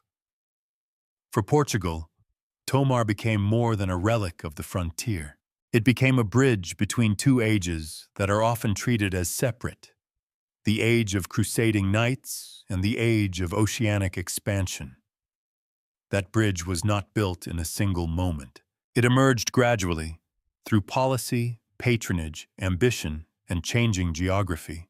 But Tomar helps us see that Portugal did not simply leave its medieval military religious past behind when it turned toward the sea. It carried parts of that past with it. This is where the atmosphere of the place can mislead us if we are not careful. Standing before old, sacred architecture, it is natural to feel mystery. The human mind wants to connect pattern to purpose. It wants every carving to be a message, every unusual design to be a code, every survival to be proof of intention. But sometimes the deeper mystery is not hidden meaning. Sometimes it is endurance. How does a condemned legacy remain useful? How does a name die while a place continues to gather power? How does memory change enough to survive, but not so much that its origin is forgotten? Tomar does not answer these questions by revealing a secret chamber. It answers them by existing at all. The site reminds us that history is not only made by battles and decrees, it is made by maintenance, by decisions to keep using a place, by choices not to abandon a structure, by the slow confidence that a building still serves a purpose even after the institution that created it has been officially condemned. That is a less dramatic form of survival, but a more believable one, and perhaps more unsettling, because it suggests that power does not always need to hide when it changes form. Sometimes it stands openly under a new name. While everyone agrees to understand the transformation in the proper legal language, the dangerous past is not denied. It is contained. It is placed inside a new frame. It is made serviceable. Tomar became one of those frames. It preserved Templar memory not as a museum of defeat, but as a working center of a new order. The place did not remain frozen in 1312 or 1319. It lived on. It absorbed later ambitions, later styles, later rulers, later dreams. That living quality is precisely what makes it so important. Dead ruins can be romantic. Living institutions are more revealing. They show what people chose to keep, and Portugal chose to keep a great deal. Not the condemned name, not the old legal identity, not the impossible claim that nothing had changed, but the ground, the structures, the religious military framework, and the symbolic capital of a place already associated with defense, devotion, and authority. In that sense, Tomar is the silent witness because it testifies without argument. It does not need to prove that every legend is true. It does not need to deny that legends grew around it. It simply shows that the Portuguese Templar inheritance was too deeply built to be treated as a passing episode. The name of the order could be removed from official life, but the landscape remembered. And landscapes can be patient. They do not preserve history perfectly. They erode. They are rebuilt. They are interpreted through the needs of later generations. But they can preserve relationships between power and place, between worship and rule, between military necessity and sacred imagination. Tomar preserves those relationships with unusual force. To walk through its story is to see that the survival of the Templars in Portugal was never only about men. It was about institutions anchored in places. It was about the way a fortress can outlive an accusation, and a sacred center can outlive a legal death. It was about the stubborn fact that what has been built into the world cannot always be removed by declaring it finished. That is why Tomar sits at the center of this history, not because it proves the most extravagant theories, because it makes the documented continuity impossible to ignore. Here, the Templar past did not vanish into a rumor. It became the foundation beneath another name. And in the long memory of Portugal, that may have been the most powerful form of survival available. There is a point in every Templar story where the ground becomes unstable, not because the history disappears entirely, but because the evidence begins to compete with desire. The documents say one thing. The ruins suggest another. Later writers add a third. And then, centuries after the men themselves are gone, the Templars become less a medieval order than a mirror in which every age sees what it wants to find. Portugal is especially vulnerable to this, because here, unlike in many other places, The Templar story did not end in a clean absence. The order was suppressed, yes. The name was condemned, yes. But then came the Order of Christ, Tomar, the continuity of property, the later maritime connection, the cross on sails, and suddenly the imagination has room to run. A destroyed order, a surviving successor, a kingdom that turns toward the ocean. It is not difficult to see why legend found this landscape inviting. But if we are going to follow the story honestly, we have to separate two kinds of mystery. There is the mystery created by missing evidence, and there is the mystery created by adding evidence that was never there. The first kind is legitimate. Medieval records are incomplete. Political trials distort the truth. The motives of kings and popes are rarely available in a pure form. We do not always know what individual former Templars believed, feared, or hoped as their old identity collapsed around them. We can trace institutions more confidently than inner lives. The second kind of mystery is more dangerous. It begins when silence is treated as proof, when a missing document becomes evidence of a cover-up, when a symbol becomes a secret code simply because it looks old, strange, or repeated, when the gap between what we know and what we want to know is filled with certainty too quickly. The Templars have suffered from that second kind of mystery for a very long time, and, in a strange way, their enemies helped create it. The accusations made against them in the early 14th century were so extreme, so vivid, and so entangled with secrecy that they left behind a permanent stain of fascination.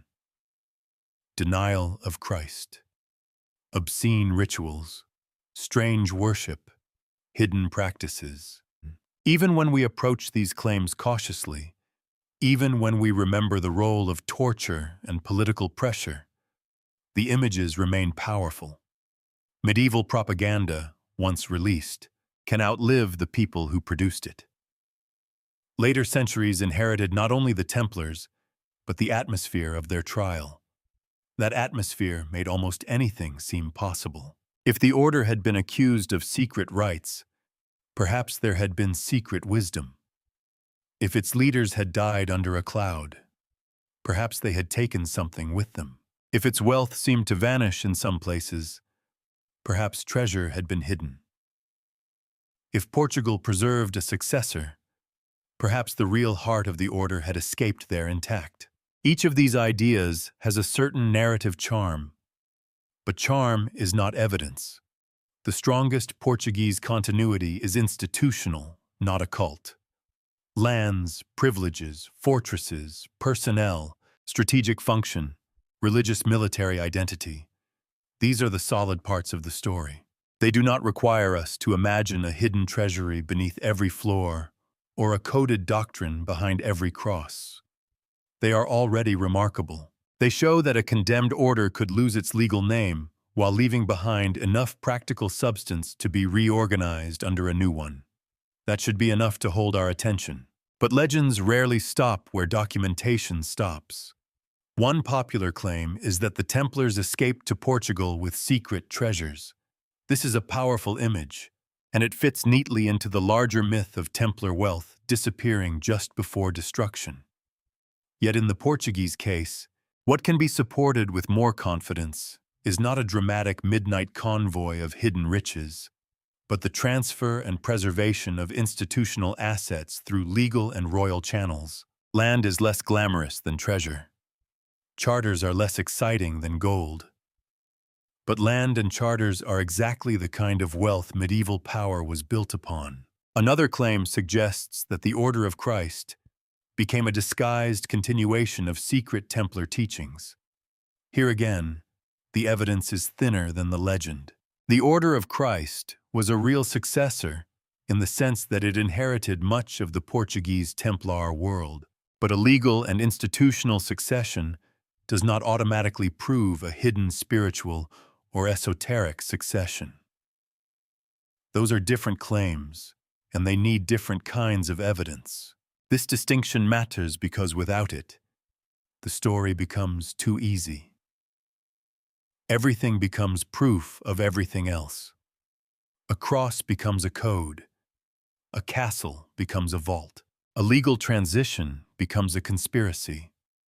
The result may feel mysterious, but it actually makes the past smaller. It reduces a complicated medieval world of law, power, piety, violence, and negotiation into a single secret plot. The real story is richer. It does not ask us to believe that every legend is false.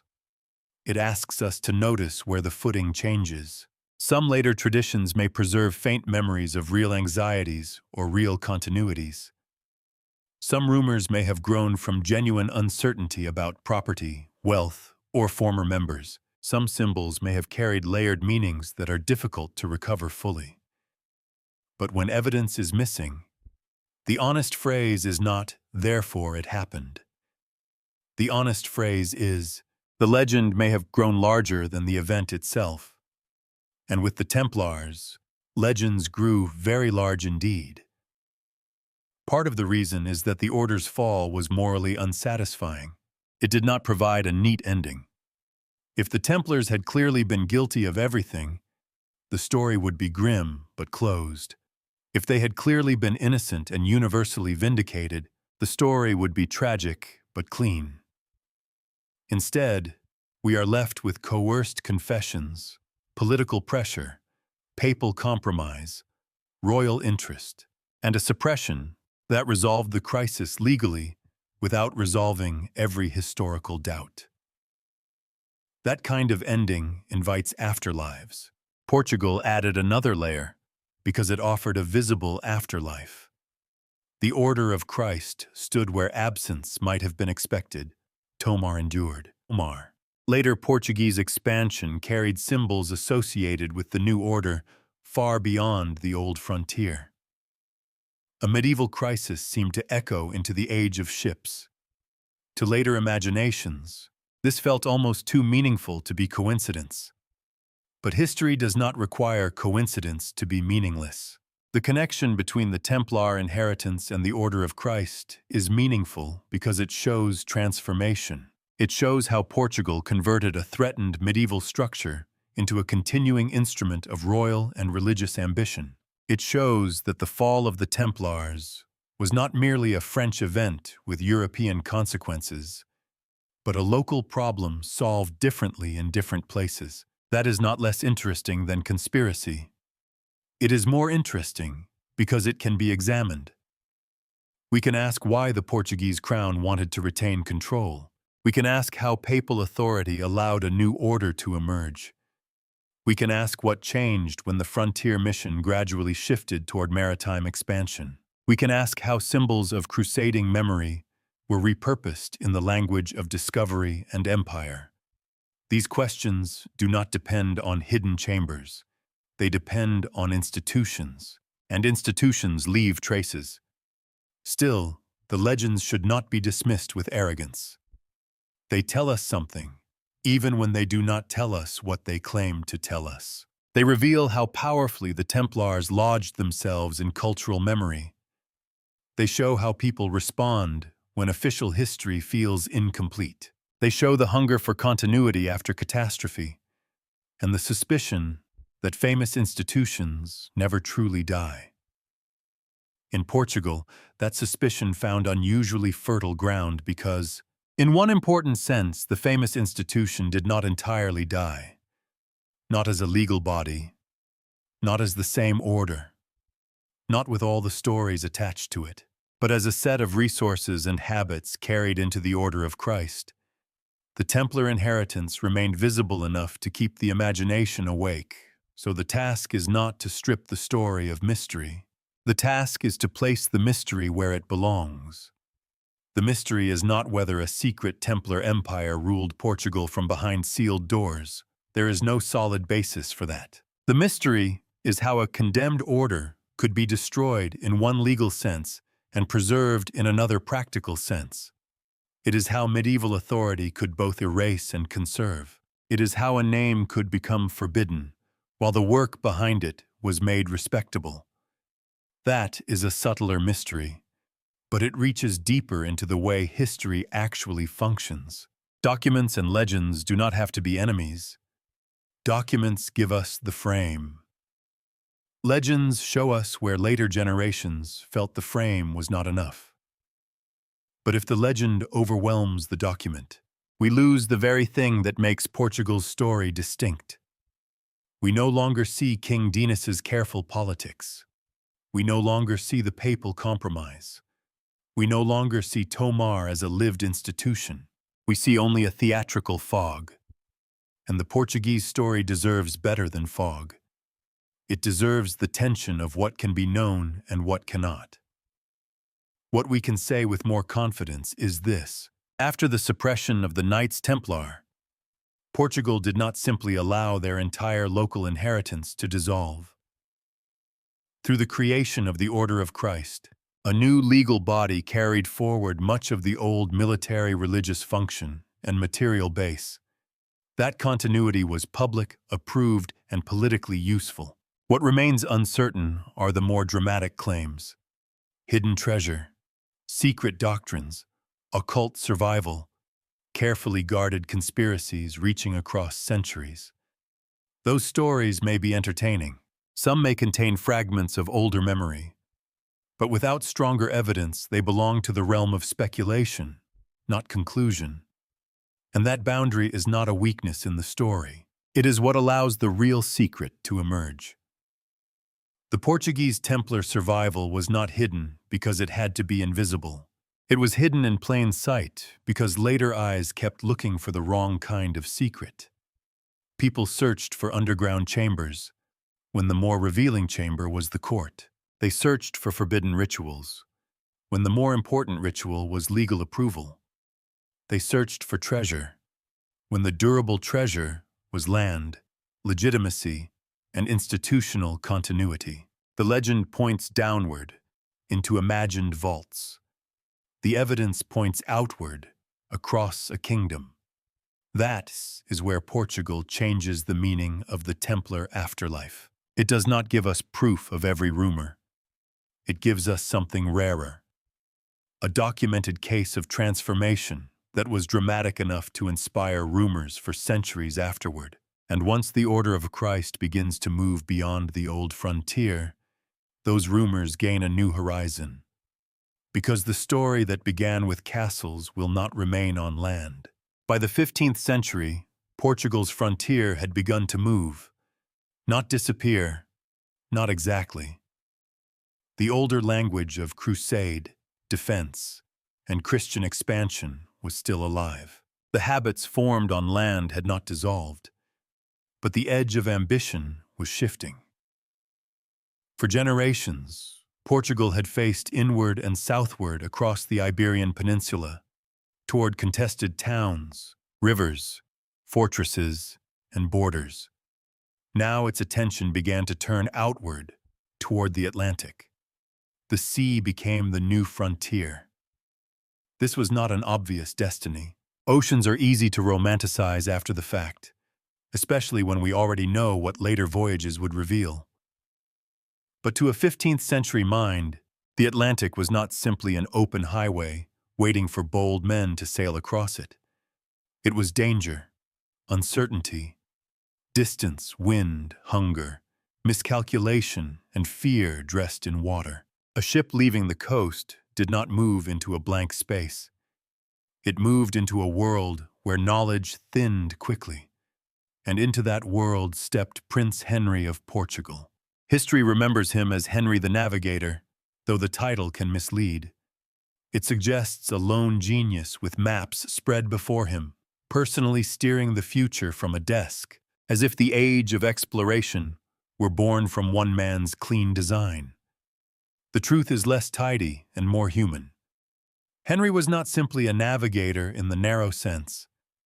His importance lay in patronage, ambition, organization, and the political imagination to connect older crusading energies with newer maritime possibilities. And here, The Order of Christ becomes central again. Henry became closely associated with the Order of Christ and eventually served as its governor. That connection matters because the order was not merely a pious ornament attached to his name. It linked him to a deep institutional inheritance. The old military religious structures of Portugal, the lands and resources preserved after the fall of the Templars, and the tradition of combining Christian mission with royal expansion. This does not mean Henry was secretly reviving the Knights Templar. That claim belongs to the more overheated corner of the story, where every continuity is treated as a conspiracy and every symbol is made to carry more weight than the evidence allows. What we can say more carefully is that Henry operated within a world where the Order of Christ gave religious, financial, and institutional support to Portuguese expansion. The old framework had changed direction.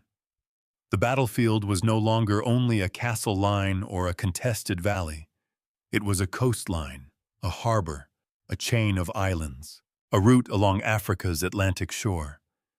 The crusading imagination had learned to sail.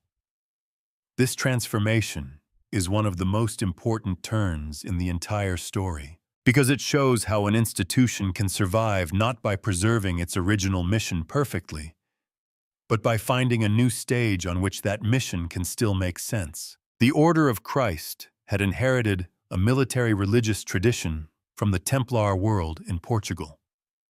Under Henry and his age, that inheritance became entangled with exploration, trade, conquest, and empire. The older frontier had been close enough to see. The new one had to be imagined before it could be crossed. That is a profound change. A land frontier gives you visible enemies, known roads, familiar fortresses, and inherited grievances. A maritime frontier is more uncertain. It requires experiment. It rewards patience. It punishes arrogance. It depends on shipbuilding, navigation, coastal knowledge, weather, local alliances, violence, commerce, and luck. A knightly order formed in a world of castles could not simply ride into such a space. It had to become something else. And yet, the mental bridge was there. The language of sacred expansion could still be used. The idea that Christian power should push beyond its current limits still had force. The belief that royal ambition could be wrapped in religious purpose remained useful. What changed was the geography of the mission. This is where Portugal's story becomes darker as well as grander. The age of discovery is often told with polished admiration. Ships, maps, courage, invention. Horizons widening under white sails. There is truth in that. The voyages required skill and nerve. They expanded European knowledge of the world in ways that would permanently alter history. But exploration was not innocent. It was tied from the beginning to conquest, enslavement, extraction, religious ambition, and the creation of new systems of power over distant peoples. The Order of Christ stood near that threshold. Its connection to Henry reminds us that the Portuguese maritime project did not come from nowhere. It grew out of older traditions of war, settlement, crusade, and royal strategy. The Oceanic turn did not erase the medieval past. It carried it forward in altered form. A structure once useful on a violent Iberian frontier became useful again as Portugal looked toward Africa and beyond. There is a strange continuity in that. The same kind of institution that had once helped secure land could now help authorize motion. It could give religious dignity to voyages that were also political and economic projects. It could transform expansion into mission. It could make the unknown sea feel like another border waiting to be crossed. And Prince Henry understood the power of that fusion. He belonged to a dynasty and a kingdom increasingly interested in maritime possibility. He also belonged to a religious political world that still thought in terms of crusade. For him, Atlantic expansion could be framed through multiple desires at once. The search for roots, wealth, allies, prestige, Christian advance, and pressure against Muslim powers. These motives were not neatly separated. They reinforced and complicated one another. That is why he is such a fitting figure for this stage of the story. Henry stands at the hinge between the medieval and the early modern. Not because he personally invented that hinge, but because his career shows it so clearly. He looks backward toward crusading ideals and forward toward overseas empire. He uses an order descended from Portugal's Templar inheritance not to defend old walls, but to support the widening reach of a kingdom that now measured opportunity by coastlines and currents. In him, the old cross found a new horizon. But we should be careful with that image. It can become too beautiful if left unchallenged. The cross on a sail may look noble from a distance, but symbols travel with consequences. When sacred meaning attaches itself to expansion, it can comfort the conqueror and silence the conquered. It can turn ambition into destiny. It can make the taking of land, labor, and wealth appear not only profitable, but righteous. This was part of the inheritance too. Not merely courage, not merely faith, not merely curiosity. Power. The Order of Christ gave Portugal a way to carry medieval religious authority into the age of ships. That continuity helps explain why the Templar afterlife in Portugal became so persistent in memory. The story did not fade in a castle archive. It moved outward. It became associated with voyages that changed the world.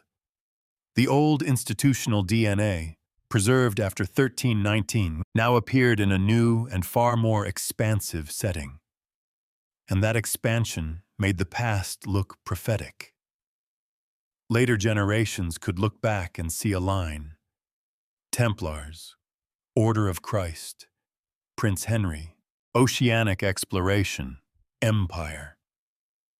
The line is real in some respects, but it must not be made too smooth. History is not a single hidden plan unfolding across centuries. It is a chain of adaptations, each shaped by immediate needs and later reinterpreted as destiny. The Templars did not build Tomar because they foresaw caravels sailing down the African coast. The Order of Christ was not created in 1319 because anyone already knew the full shape of Portugal's future empire. Henry did not inherit a secret map of modernity from vanished knights. What he inherited was more practical and more powerful. An institution with resources, prestige, religious legitimacy, and a history of serving Portuguese expansion. That was enough. Sometimes history does not need prophecy. It only needs a structure that can be reused. And the Order of Christ was reusable. It had survived the fall of the Templar name by becoming legally acceptable. It had remained tied to royal purposes. It had preserved a military religious identity flexible enough to be redirected. When Portugal's ambitions turned toward the sea, the order could turn with them. That is the real significance of Prince Henry's connection to it. He did not prove that the Templars had secretly survived unchanged.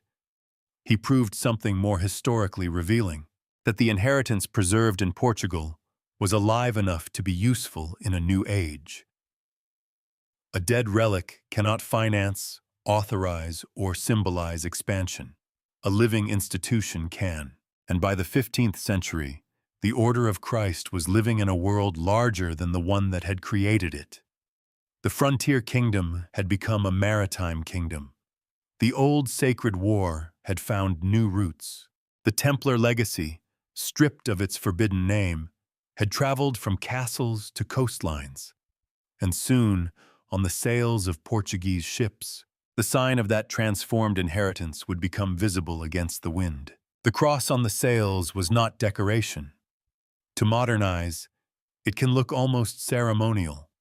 A bold emblem spread across canvas, striking against the pale shape of a ship at sea. It is easy to admire it as design. Simple, memorable, powerful. The kind of symbol that can survive centuries because the eye understands it before the mind has time to ask questions. But in the Portuguese maritime world, the cross associated with the Order of Christ carried more than visual force. It carried inheritance. A ship bearing that sign did not leave the coast as a purely commercial machine, though trade mattered deeply. It did not leave as a purely royal instrument, though the crown's ambition was everywhere. It did not leave as a purely religious vessel, though Christian purpose shaped the language of expansion. It moved through all of those meanings at once. That is what made the symbol so potent. The old crusading world had been built around land. Roads to holy places, fortified towns, contested frontiers, castles raised against enemies who could be named and located. The sea changed the stage, but not the need for justification. Portuguese voyages required money, authority, courage, and violence. They also required a story about why the journey mattered. The cross helped provide that story. It made the ship feel like more than a ship. It made movement look like mission. And this is where symbols become dangerous. Not because they are false exactly, but because they gather meanings so efficiently that they can hide the contradictions beneath them. The cross of the Order of Christ could speak of faith, discipline, and continuity. It could also travel with conquest, coercion, and profit.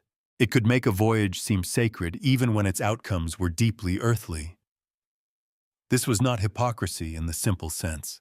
It was the medieval and early modern world operating according to its own logic, where religious ambition and political ambition were often not rivals, but partners. A king could seek wealth and still believe he served God.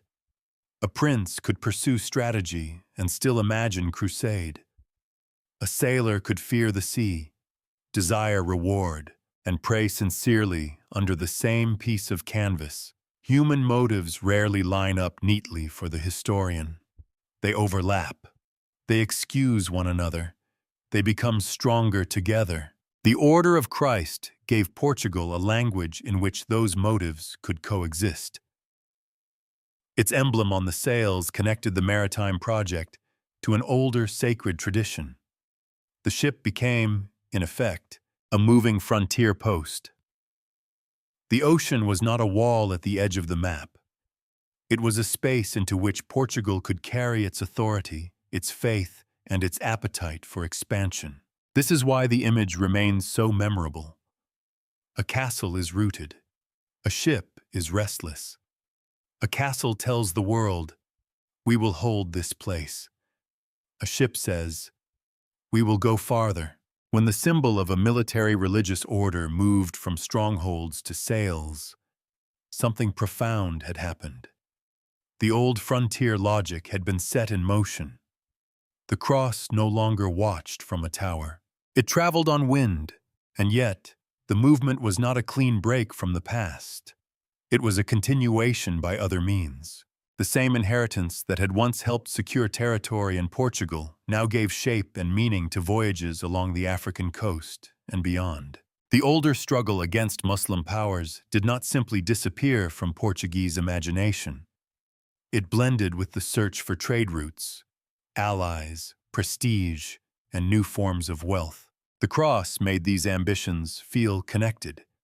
It also made them memorable to later generations. Here was a visible line between the Order of Christ and the ships of expansion. Here was an emblem that seemed to carry the Templar afterlife out of the cloister and into the Atlantic. For anyone looking backward, the image was almost irresistible. The condemned order's inheritance, renamed and reshaped, now riding the ocean under a Christian sign. But again, we have to keep our footing. The cross on Portuguese sails does not prove a secret Templar navy. It does not prove that hidden masters directed exploration from Tomar. It does not prove that every voyage was the unfolding of a plan conceived by persecuted knights. Those claims belong to the realm of speculation unless supported by stronger evidence than symbolism alone. What the symbol does prove is subtler and stronger. It proves that the Order of Christ was not a dead administrative shell. It had become part of Portugal's public identity of expansion. Its sign could be carried openly because the institution itself had legitimacy. The old Templar inheritance had not survived as an embarrassment to be concealed. It had survived as a resource that Portugal could display. That display mattered. A sail at sea is one of the most public surfaces imaginable. It is seen from shore, from other ships, from foreign coasts. It announces allegiance before words can be exchanged. It turns a vessel into a message. When Portuguese ships bore the cross associated with the Order of Christ, they carried a claim about who they were and under what kind of authority they moved. The message was not addressed only to enemies or rivals. It was addressed to the sailors themselves. Imagine the deck of a ship pushing into uncertain waters. The coastline has thinned behind them. The familiar has become a memory. The air smells of salt, rope, tar, sweat, and wet wood. Every sound matters.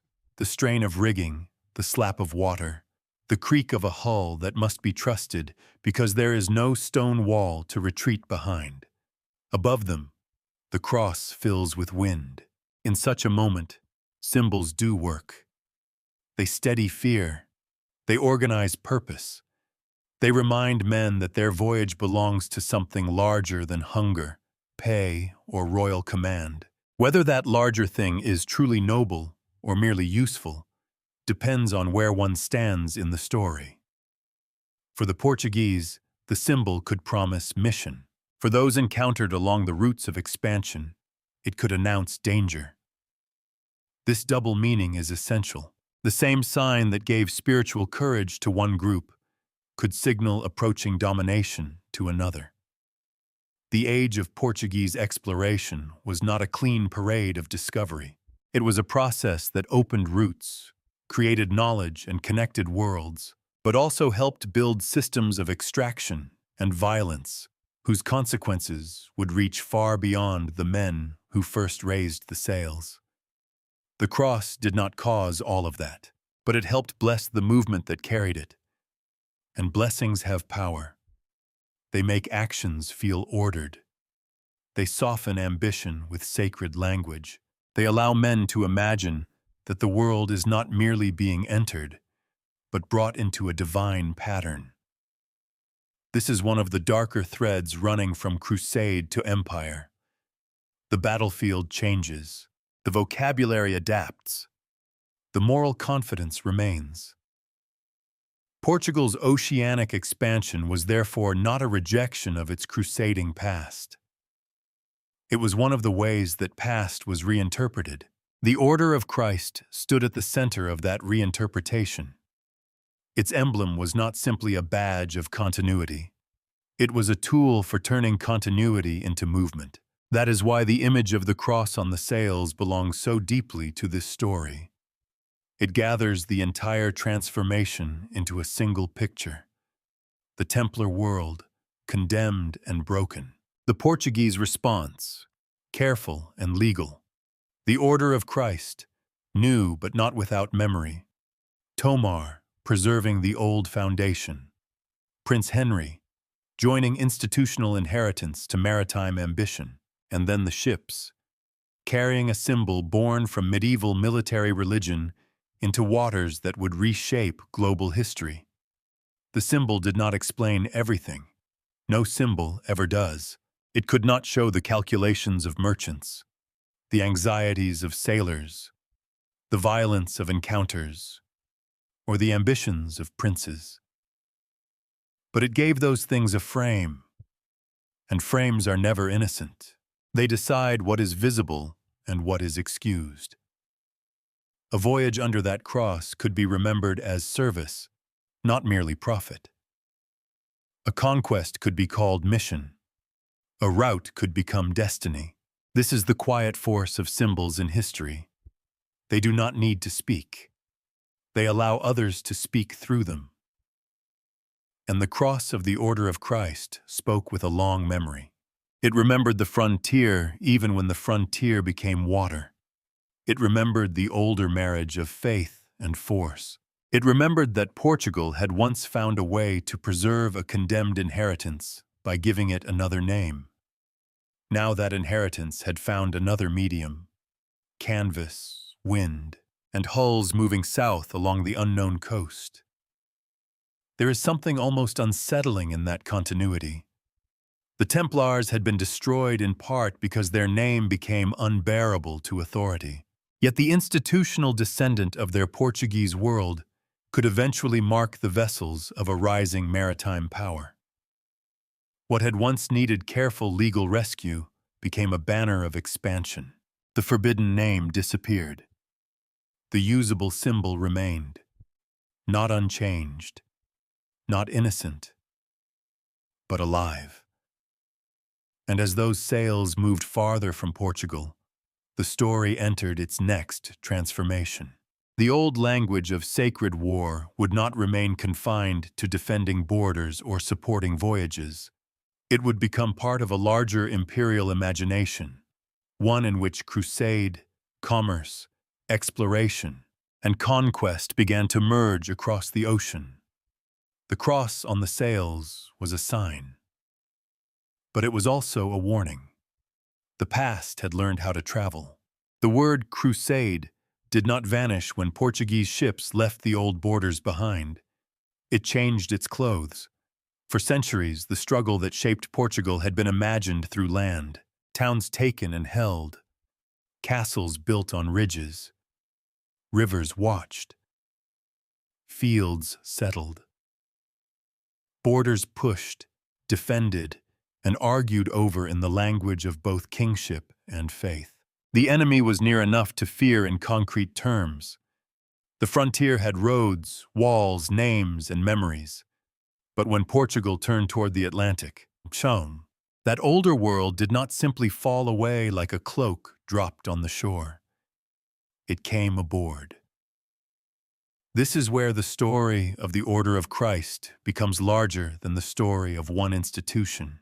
It shows how an idea can migrate. The original Templar mission had belonged to a crusading age: defend Christian interests, hold dangerous territory, give sacred meaning to armed service. In Portugal, that mission had already been adapted once through the creation of the Order of Christ. By the 15th century, it adapted again. The battlefield moved, not from war to peace, from one kind of expansion to another. Along the African coast and beyond, Portugal's ambitions combined many motives at once. There was curiosity, certainly, though curiosity rarely paid for ships by itself. There was the search for trade. There was the desire for prestige among European powers. There was strategic pressure against Muslim rivals. There was hope for Christian allies beyond known borders. There was the appetite for gold, roots, labor, and control. And there was the old language of sacred purpose, still available whenever ambition needed a higher voice. Empire did not arrive wearing only a merchant's coat. It arrived with prayers, contracts, weapons, maps, and symbols. That mixture is what makes this transformation so important and so morally uneasy. It would be comforting to separate the motives neatly. Faith on one side, profit on another, politics somewhere else, violence as an unfortunate accident at the edge. But history refuses that tidiness. Portuguese expansion grew from a world where these forces strengthened one another. Religious language could inspire courage. It could also excuse domination. Trade could encourage contact. It could also become exploitation. Exploration could widen knowledge. It could also open paths for conquest. The Order of Christ stood within that tangled inheritance. Its connection to the Templar past did not make Portuguese empire inevitable. That would be too simple. No medieval order secretly programmed the future.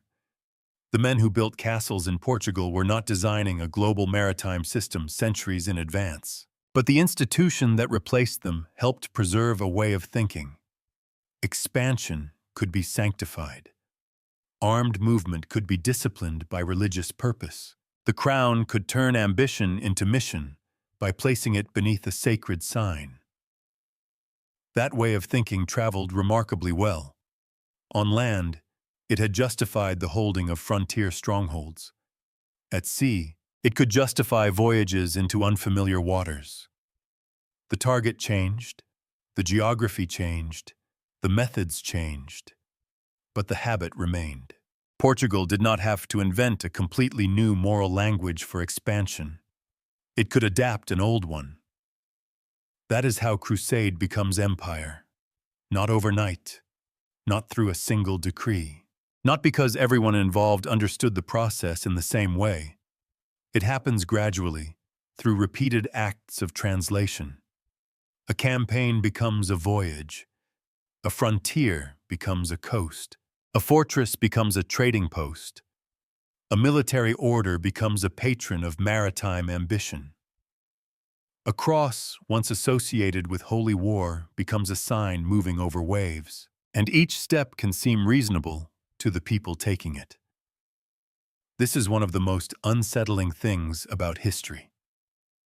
Vast transformations are often made of decisions that, in the moment, appear practical. Fund the voyage, secure the route, claim the harbor, convert the stranger, outmaneuver the rival, protect the trade, punish resistance, reward loyalty. Each action has its explanation. Together, they build a world. Portugal's oceanic expansion was not simply a heroic leap into the unknown, and not simply a cynical project of extraction. It was both more complex and more troubling. It carried genuine skill, danger, endurance, and imagination. It also carried coercion, greed, and the early structures of overseas domination. The same ships that expanded maps also narrowed the futures of many people they encountered. The cross on the sails did not erase that contradiction. It concentrated it, because the symbol allowed Portuguese expansion to see itself through a sacred frame. The voyage could be remembered as service. The route could be imagined as providence. The struggle against Muslim powers could be extended into new theaters. Encounters with non-Christian peoples could be placed inside older habits of conversion and conquest. The language of the frontier proved flexible enough to survive the loss of the frontier's old shape. And in that flexibility, the Templar inheritance found one of its most consequential afterlives.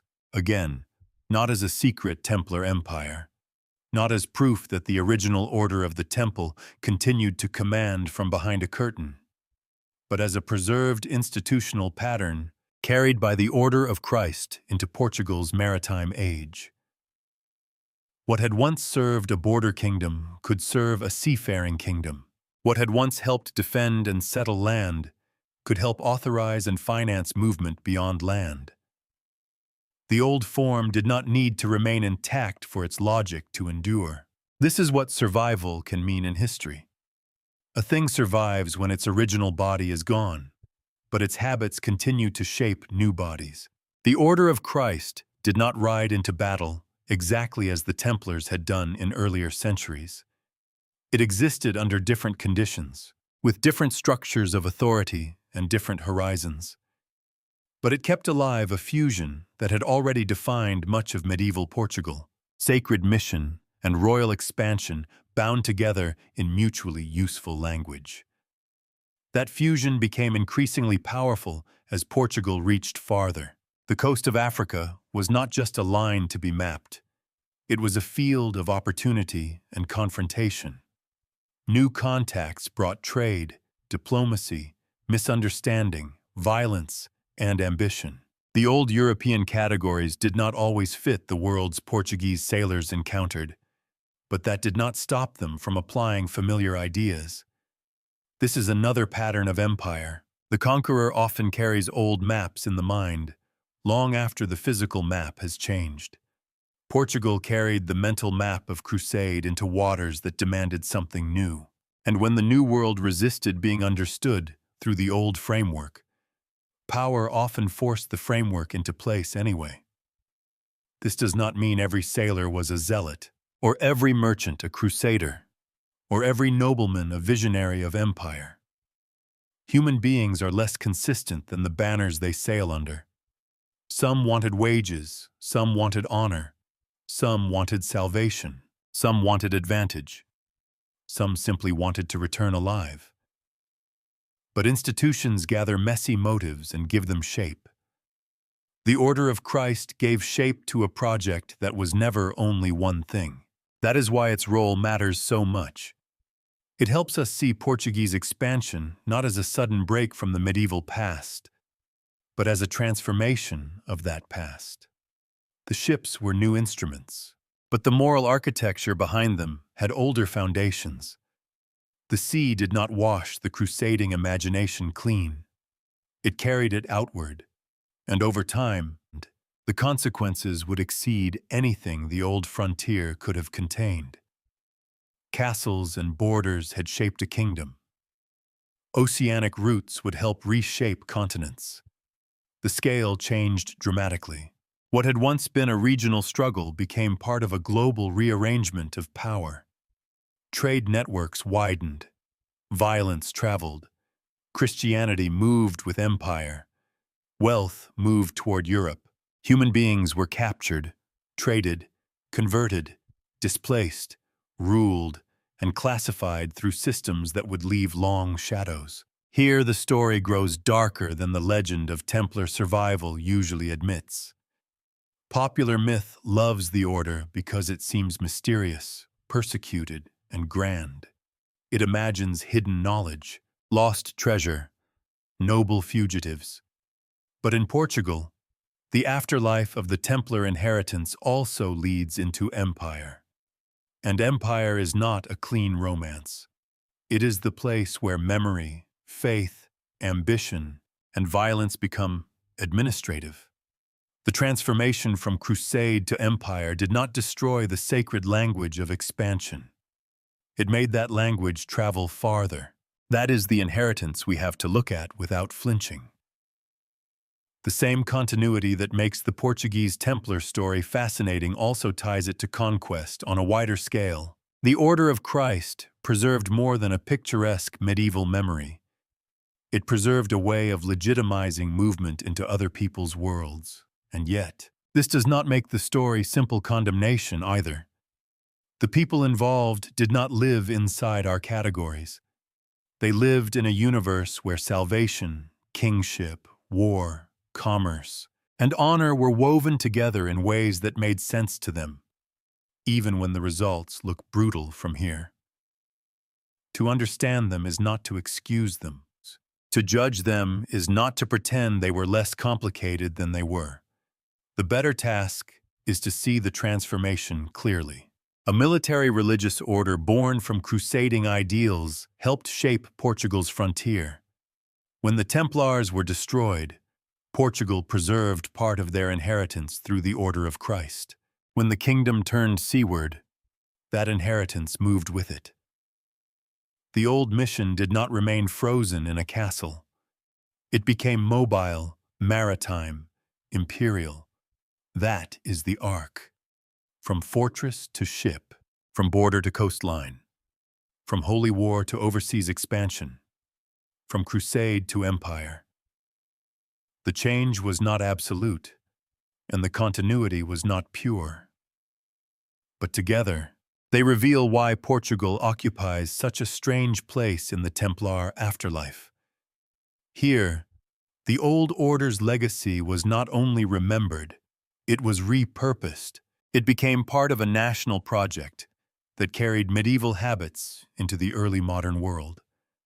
And perhaps that is more haunting than any hidden treasure. Gold can be buried. Documents can be lost. Symbols can be misunderstood. But a way of thinking can survive quietly inside institutions, waiting for a new geography. Portugal found that geography in the Atlantic. And once the old sacred frontier moved onto the sea, the question changes again. We are no longer asking only whether the Templars survived. We are asking what, exactly, survived through them, and what the world became when that survival was given sails. So what really survived? That is the question the story has been circling from the beginning, though it has changed shape each time we approached it. At first, it sounded almost like a mystery of escape. Did the Templars vanish? Did they hide?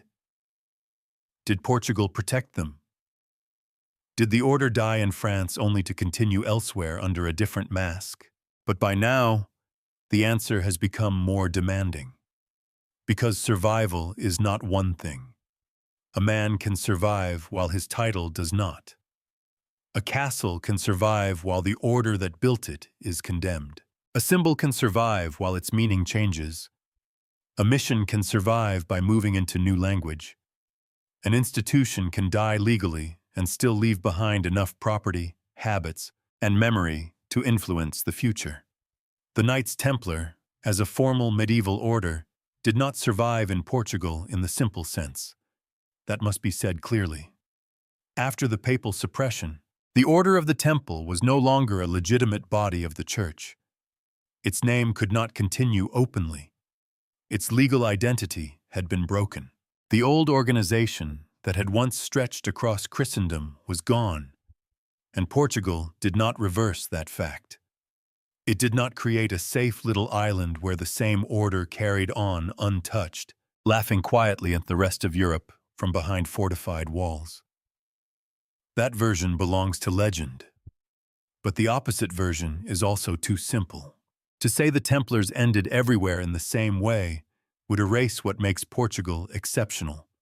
In Portugal, the former Templar inheritance was not simply scattered into nothing. The crown worked to preserve much of its usefulness. The Order of Christ inherited a material and institutional world that had been shaped by the Templars. Tomar remained central. Lands remained productive. The tradition of military religious service remained available. The connection between sacred purpose and royal expansion remained powerful. So the better answer is this: the Templar order died, but parts of the Templar system survived. And systems can matter more than names. This is where the story becomes less romantic, but more revealing.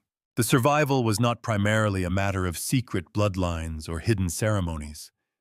It was not the kind of survival that depends on one dramatic night, one buried chest, or one coded manuscript.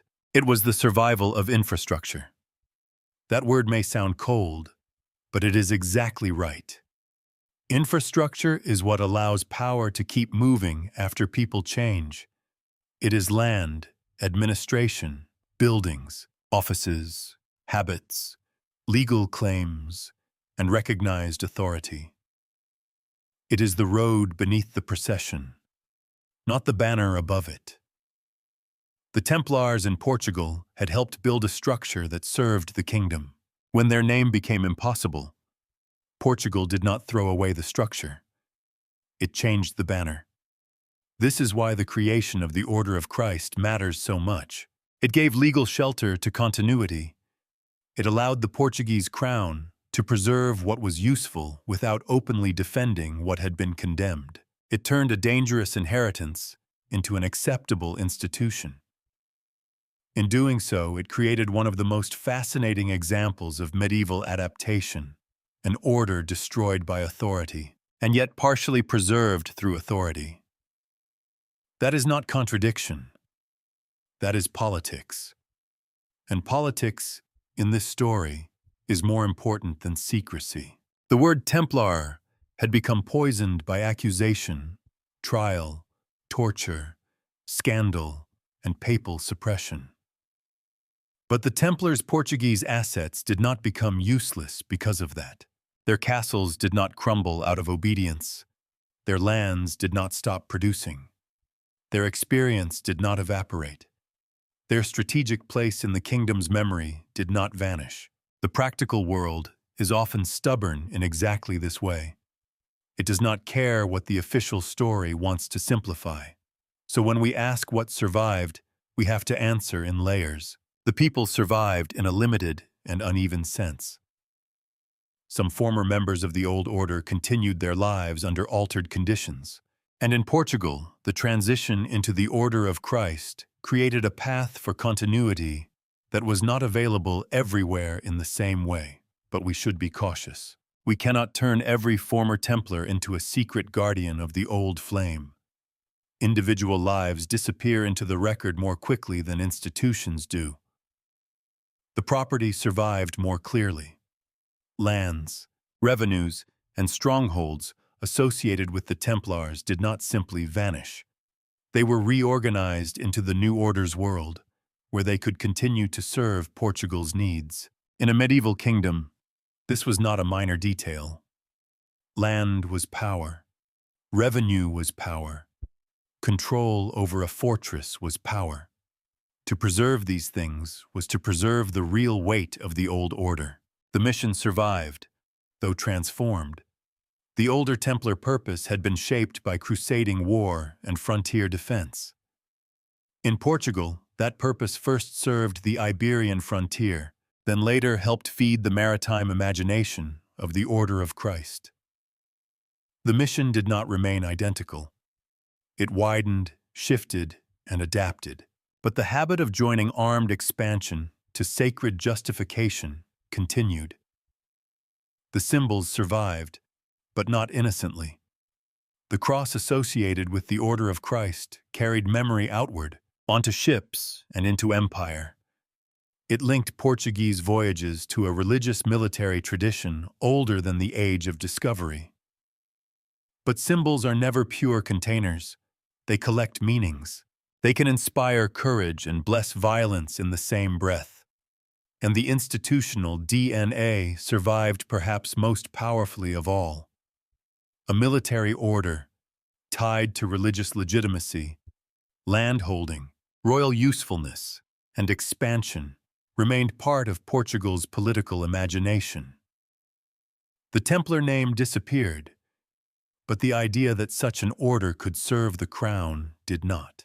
That is the deeper continuity, not the survival of a secret brotherhood, but the survival of a working model. A model can outlive its makers. It can be renamed, redirected, and placed in new hands. It can move from the frontier to the sea, from castles to ships, from local warfare to imperial ambition. And because the model changes as it moves, later generations may not always recognize what has endured. This is one reason the Portuguese story has attracted so much myth. People sense continuity, but they often misidentify it. They look for hidden Templars when they should be looking at visible institutions. They search for secret rights when they should be examining legal succession. They imagine treasure buried in the ground, when the greater treasure, from the crown's point of view, was control over land, legitimacy, and disciplined expansion. The real survival is not less mysterious because it is documented. It is more unsettling. A secret society can be dismissed as fantasy if evidence fails, but an institution that legally transforms itself, carries forward old resources, and then helps shape an empire is much harder to ignore. It tells us that history's ghosts do not always haunt in darkness. Sometimes they operate through approved channels, stamped documents, royal appointments, and symbols raised where everyone can see them. In Portugal, the Templar ghost wore respectable clothing. That does not mean every part of the old order lived on. Much was lost. The original identity was broken. The international structure was gone. The brothers who had known themselves as Templars entered uncertainty, shame, or adaptation. The scandal could not be undone. The old reputation could not be fully restored. No new name could completely erase the violence of the suppression. Transformation is not resurrection without cost. It is survival after damage, and damage leaves marks. The Order of Christ may have preserved the Templar inheritance, but it also changed it. Under royal supervision, it became more closely tied to Portuguese interests. Its later role in maritime expansion carried it into a world the original Templars had not built and could not have imagined in full. To call it simply the Templars continued is to flatten that change. To deny the continuity entirely is to ignore the evidence of inheritance. The truth lies in the tension. The Templars did not survive as themselves. They survived as consequences. That may be the most honest phrase. Their consequences remained in Tomar, in the order of Christ, in the legal handling of their lands, in the symbols that later sailed under Portuguese ambition, in the memory of a kingdom that had turned suppression into adaptation, in the long chain by which crusading institutions became part of a maritime empire. This kind of survival is harder to dramatize, but it is closer to how the past actually works. Most historical survivals are not clean. They are not sealed in perfect containers, waiting for discovery.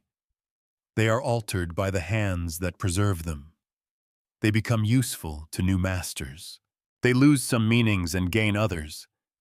They are misremembered, reinterpreted, and sometimes deliberately cleaned of their more dangerous associations. Portugal did not preserve the Templars as a museum piece. It repurposed them. And repurposing is never neutral.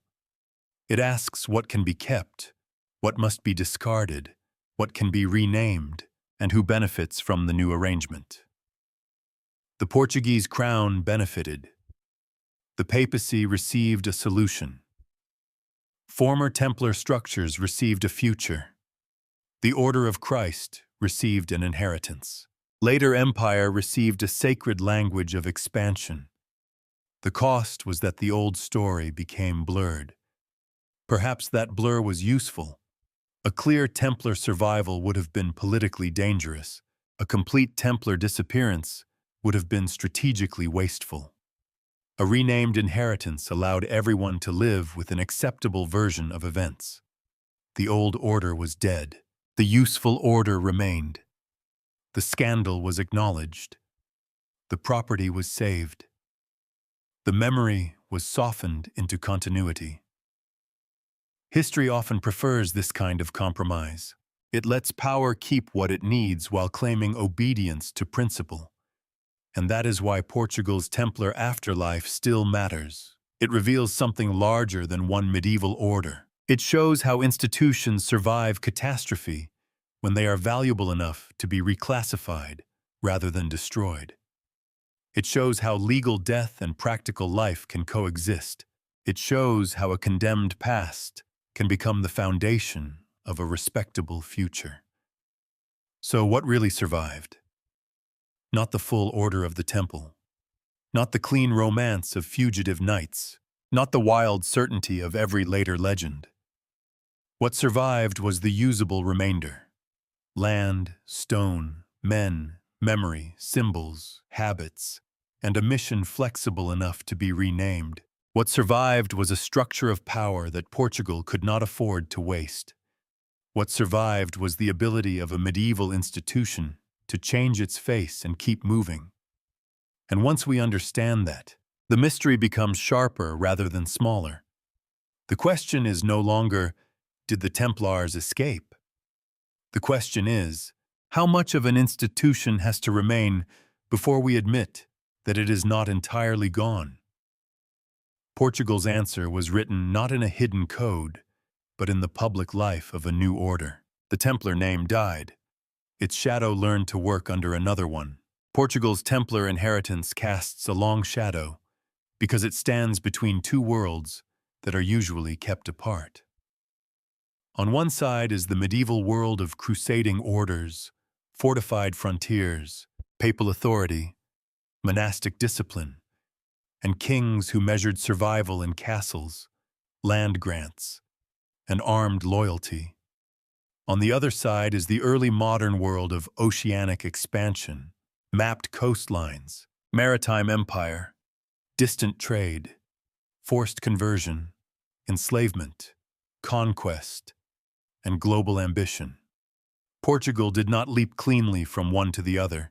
It carried one into the other. That is what makes the story so revealing. The Order of Christ was not only a clever solution to the Templar crisis. It became a bridge. And like many bridges in history, it allowed more than one kind of traffic to cross. Faith crossed it. Memory crossed it. Royal power crossed it. So did violence, profit, and the language that made expansion feel ordained. This is the darker ambiguity at the heart of the Portuguese exception. It is tempting to admire the survival itself. A condemned order falls across Europe, yet in Portugal, its inheritance is preserved, renamed, and redirected. There is ingenuity in that. There is legal finesse. There is a certain cold elegance in the way King Dinis and his successors protected what was useful without openly defying the church. But we should ask what was being preserved. Not only land, not only stone, not only a few institutional privileges. Portugal preserved a way of joining sacred purpose to state power. That combination had already shaped the Reconquista frontier. It had helped explain why fortresses mattered not merely as military positions, but as religious and political statements. It had allowed kings and orders to treat expansion as both strategic necessity and holy work. When the Order of Christ inherited the Portuguese Templar world, it inherited that mixture too. And mixtures can be powerful precisely because they are difficult to separate. A crown wants territory. A religious order wants mission. A noble wants honor. A sailor wants reward. A priest wants conversion. A merchant wants access. An empire wants roots. Each motive may seem distinct when written down, but in practice they can pull in the same direction. Once they do, they create a machine that feels morally justified to those inside it. This was not unique to Portugal, of course. Medieval and early modern Europe repeatedly joined Christianity, war, and power in ways that still shape the modern world. But Portugal's case is especially striking because the line from crusading institution to maritime empire is so visible. The Templar inheritance did not merely fade into memory. It was reorganized into an order that later stood close to the great Oceanic turn.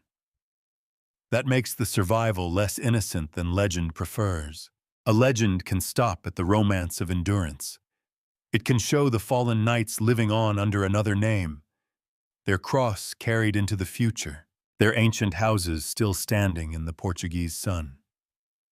It can leave the viewer with a sense of mystery, maybe even admiration. History has to keep going. It has to follow the inheritance into the world it helped make. And the world it helped make was not gentle. Portuguese expansion brought navigation, exchange, and new geographical knowledge. It also brought armed pressure, religious coercion, commercial domination, and the beginnings of systems that would draw distant peoples into European imperial power. The same sacred language that had once justified warfare on a frontier could now be stretched across oceans. The old logic had found a larger stage. This is why the cross of the Order of Christ on Portuguese sails is such a complicated image. It is beautiful. It is memorable. It is historically charged. It is also morally heavy. It tells us that the age of discovery did not begin in a clean, secular spirit of curiosity. Curiosity was there, yes, but it traveled with older ambitions. The ocean did not erase the crusading imagination. It gave that imagination wind. It allowed a medieval inheritance to become mobile, to move from fortified hillsides to islands, coastlines, harbors, and trade routes. In that movement, Portugal preserved a bridge between two ages. But bridges do not choose what crosses them. The Order of Christ could carry devotional meaning and imperial purpose at the same time. It could be a legitimate religious institution and a tool of royal expansion. It could preserve memory while helping create new forms of domination. That is not a contradiction in the medieval and early modern mind. It is exactly the point. Power was strongest when it could speak in the language of faith. And this is where the Templar afterlife becomes more than a curiosity. It becomes a lesson in how historical violence survives inside respectable forms. The Templars themselves had been destroyed under suspicion, accused of corruption and hidden crimes. Yet the institutional pattern associated with them in Portugal did not vanish. Instead, it became cleaner, safer, approved. It moved through law, not rebellion. It became respectable enough to serve new ambitions. In that respect, the Portuguese story shows us that the end of a name can actually make an inheritance more usable. A scandalous past is difficult to display. A renamed past can be placed on a sale. There is something chilling in that. Not because the Order of Christ was secretly the Templars in a theatrical disguise, but because it shows how power survives by changing its appearance. The dangerous parts are removed, softened, or legally contained. The useful parts are kept. The institution is given new authority. Later generations inherit the shape without always feeling the wound that produced it. This is how history hides in plain sight, not under the floor, not behind a coded inscription, but in continuity that has been made respectable. Portugal's relationship with the Templar inheritance became part of its larger national mythology. A small kingdom at the edge of Europe, hardened by frontier war, turning toward the sea, carrying its cross beyond the known horizon. It is a powerful story. It helped shape how Portugal imagined itself. But every national myth has shadows around the light it casts. The frontier kingdom became an imperial kingdom. The defensive mentality became an expansive one. The sacred mission became a language for entering other people's worlds. The line is not perfectly straight, but it is there. And because it is there, the Templar survival in Portugal should not be treated only as an escape from persecution. It was also an inheritance of methods, how to hold territory, how to sanctify power, how to turn violence into service, how to place royal ambition inside a religious frame. Those methods could be redirected long after the old enemies and old battlefields had changed. This is the unsettling truth beneath the romance. The most enduring thing the Templars left in Portugal may not have been a treasure, a secret, or even a symbol. It may have been a structure of legitimacy, a way to say, this expansion is not merely ours. It belongs to a higher purpose. That claim can inspire sacrifice. It can organize courage. It can give frightened men a reason to sail beyond familiar waters. But it can also make domination feel righteous. It can turn resistance into disobedience against a sacred order. It can make the suffering of others appear as a necessary cost inside a story written by the powerful. The shadow beneath Portuguese history is not that the Templars secretly ruled everything. It is that part of their world survived openly enough to help shape something larger. That is harder to turn into a simple conspiracy and harder to dismiss. It asks us to look at continuity without romance and at empire without forgetting the medieval roots that nourished it. It asks us to see that the age of discovery was not born from pure wonder alone, but from older habits of conquest, faith, hierarchy, and royal calculation. Portugal's greatness and Portugal's darkness are intertwined here. The same kingdom that preserved a unique institutional bridge also carried that bridge into expansion. The same legal ingenuity that saved the Templar inheritance helped make it available for new ambitions. The same sacred symbols that gave meaning to voyages also helped bless the unequal worlds those voyages created. This does not mean the story should be reduced to guilt. History is not a courtroom where every century waits for a verdict. It is a field of consequences. People act within the moral worlds they inherit. and then their actions create new moral worlds for others. The Portuguese kings, princes, knights, clerics, and sailors were not symbols. They were people of their time, capable of faith, courage, ambition, cruelty, calculation, and fear. But neither should understanding become excuse. The survival of the Templar inheritance in Portugal was remarkable. It was also dangerous in the way many successful historical inheritances are dangerous. It worked. It was adaptable. It found new uses. It helped transform a frontier kingdom into a maritime power. It allowed old forms of authority to move into new geographies. That is why the story still feels alive. Not because every rumor is true, because the documented survival is meaningful enough to disturb us. It shows that institutions do not always die when they are condemned. Sometimes they shed the part that has become unusable and continue through the part that still serves power. Sometimes a name is sacrificed so that a structure can endure. Sometimes a shadow survives because it is useful to the light. Portugal preserved the bridge between Crusade and discovery more clearly than almost anywhere else. And standing on that bridge, we can see both directions at once. Behind it, the Templar castles, the frontier wars, the papal suppression, the careful politics of survival. Ahead of it, the Atlantic, the ships, the cross on the sails, the routes that would lead toward empire. The bridge is impressive. It is also uneasy. Because once we understand what crossed it, the survival of the Templars in Portugal no longer feels like a hidden triumph. It feels like a warning about how the past changes its face, keeps its habits, and waits for a new horizon. In the end, the Templars did disappear. That may sound strange after following their shadow through Portugal, through Tomar, through the Order of Christ, through Prince Henry, through the sails that carried an old symbol into new waters. But it is important to return to the first wound honestly. The medieval order of the Temple was suppressed. Its name was broken. Its authority was removed. Its leaders were dead, imprisoned, or disgraced.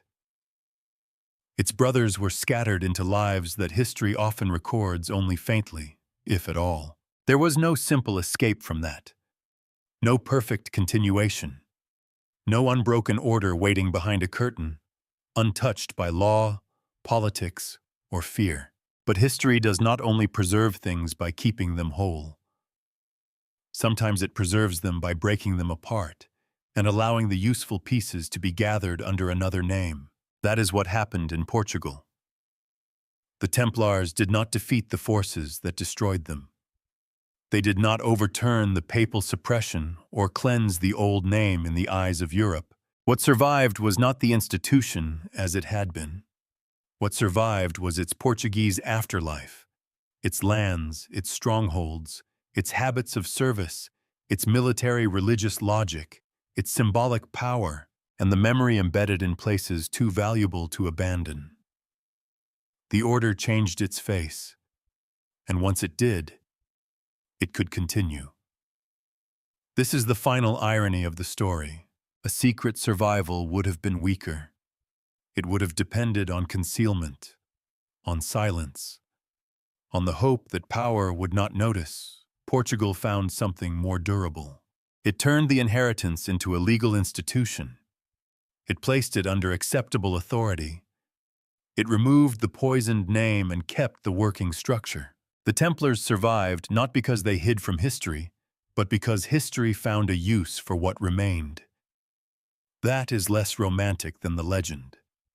It is also more revealing, because it shows how power truly moves across time, not always through conquest alone, and not always through conspiracy, often through adaptation, through paperwork, through renamed offices, through buildings that remain useful, through symbols that can be carried into a new age while their older meanings are softened, reshaped, or quietly absorbed.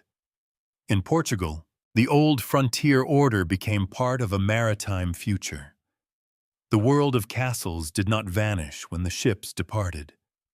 It traveled in altered form, in the language of mission, in the confidence of expansion, in the sacred imagery that could make ambition feel righteous. The cross that once belonged to a landward struggle found wind above the sea, and that should leave us thoughtful, not merely impressed. For the Portuguese exception is not only a story of preservation, it is a story of inheritance, and inheritance is never innocent. What passes from one age to another that may include courage, discipline, and vision. It may also include violence, certainty, domination, and the habit of calling expansion sacred. The Templars in Portugal became most powerful after they ceased to be Templars. Not as men in white mantles riding openly beneath their old name, but as a structure of memory and usefulness carried forward by others. Their official death made room for a transformation. Their disgrace made renaming necessary. Their assets made survival desirable. Their old mission made the new order valuable. So perhaps the real secret was never hidden beneath Tomar, or buried in a vault, or sealed inside some forbidden ritual. Perhaps the real secret was visible all along. A condemned order can vanish from the law and remain in the landscape. A name can die while its work continues. A kingdom can obey the church and still protect what it needs. A symbol can change owners and keep moving. This is why the Portuguese story continues to unsettle the imagination. It refuses the comfort of a clean ending. The Templars were not simply innocent victims preserved in romance, nor were they merely erased villains condemned to dust. They became something more difficult to describe. A defeated institution whose remains were reorganized into the future of a kingdom. And the future, as it often does, made use of the past without asking whether the past was ready. Tomar remained. The Order of Christ rose.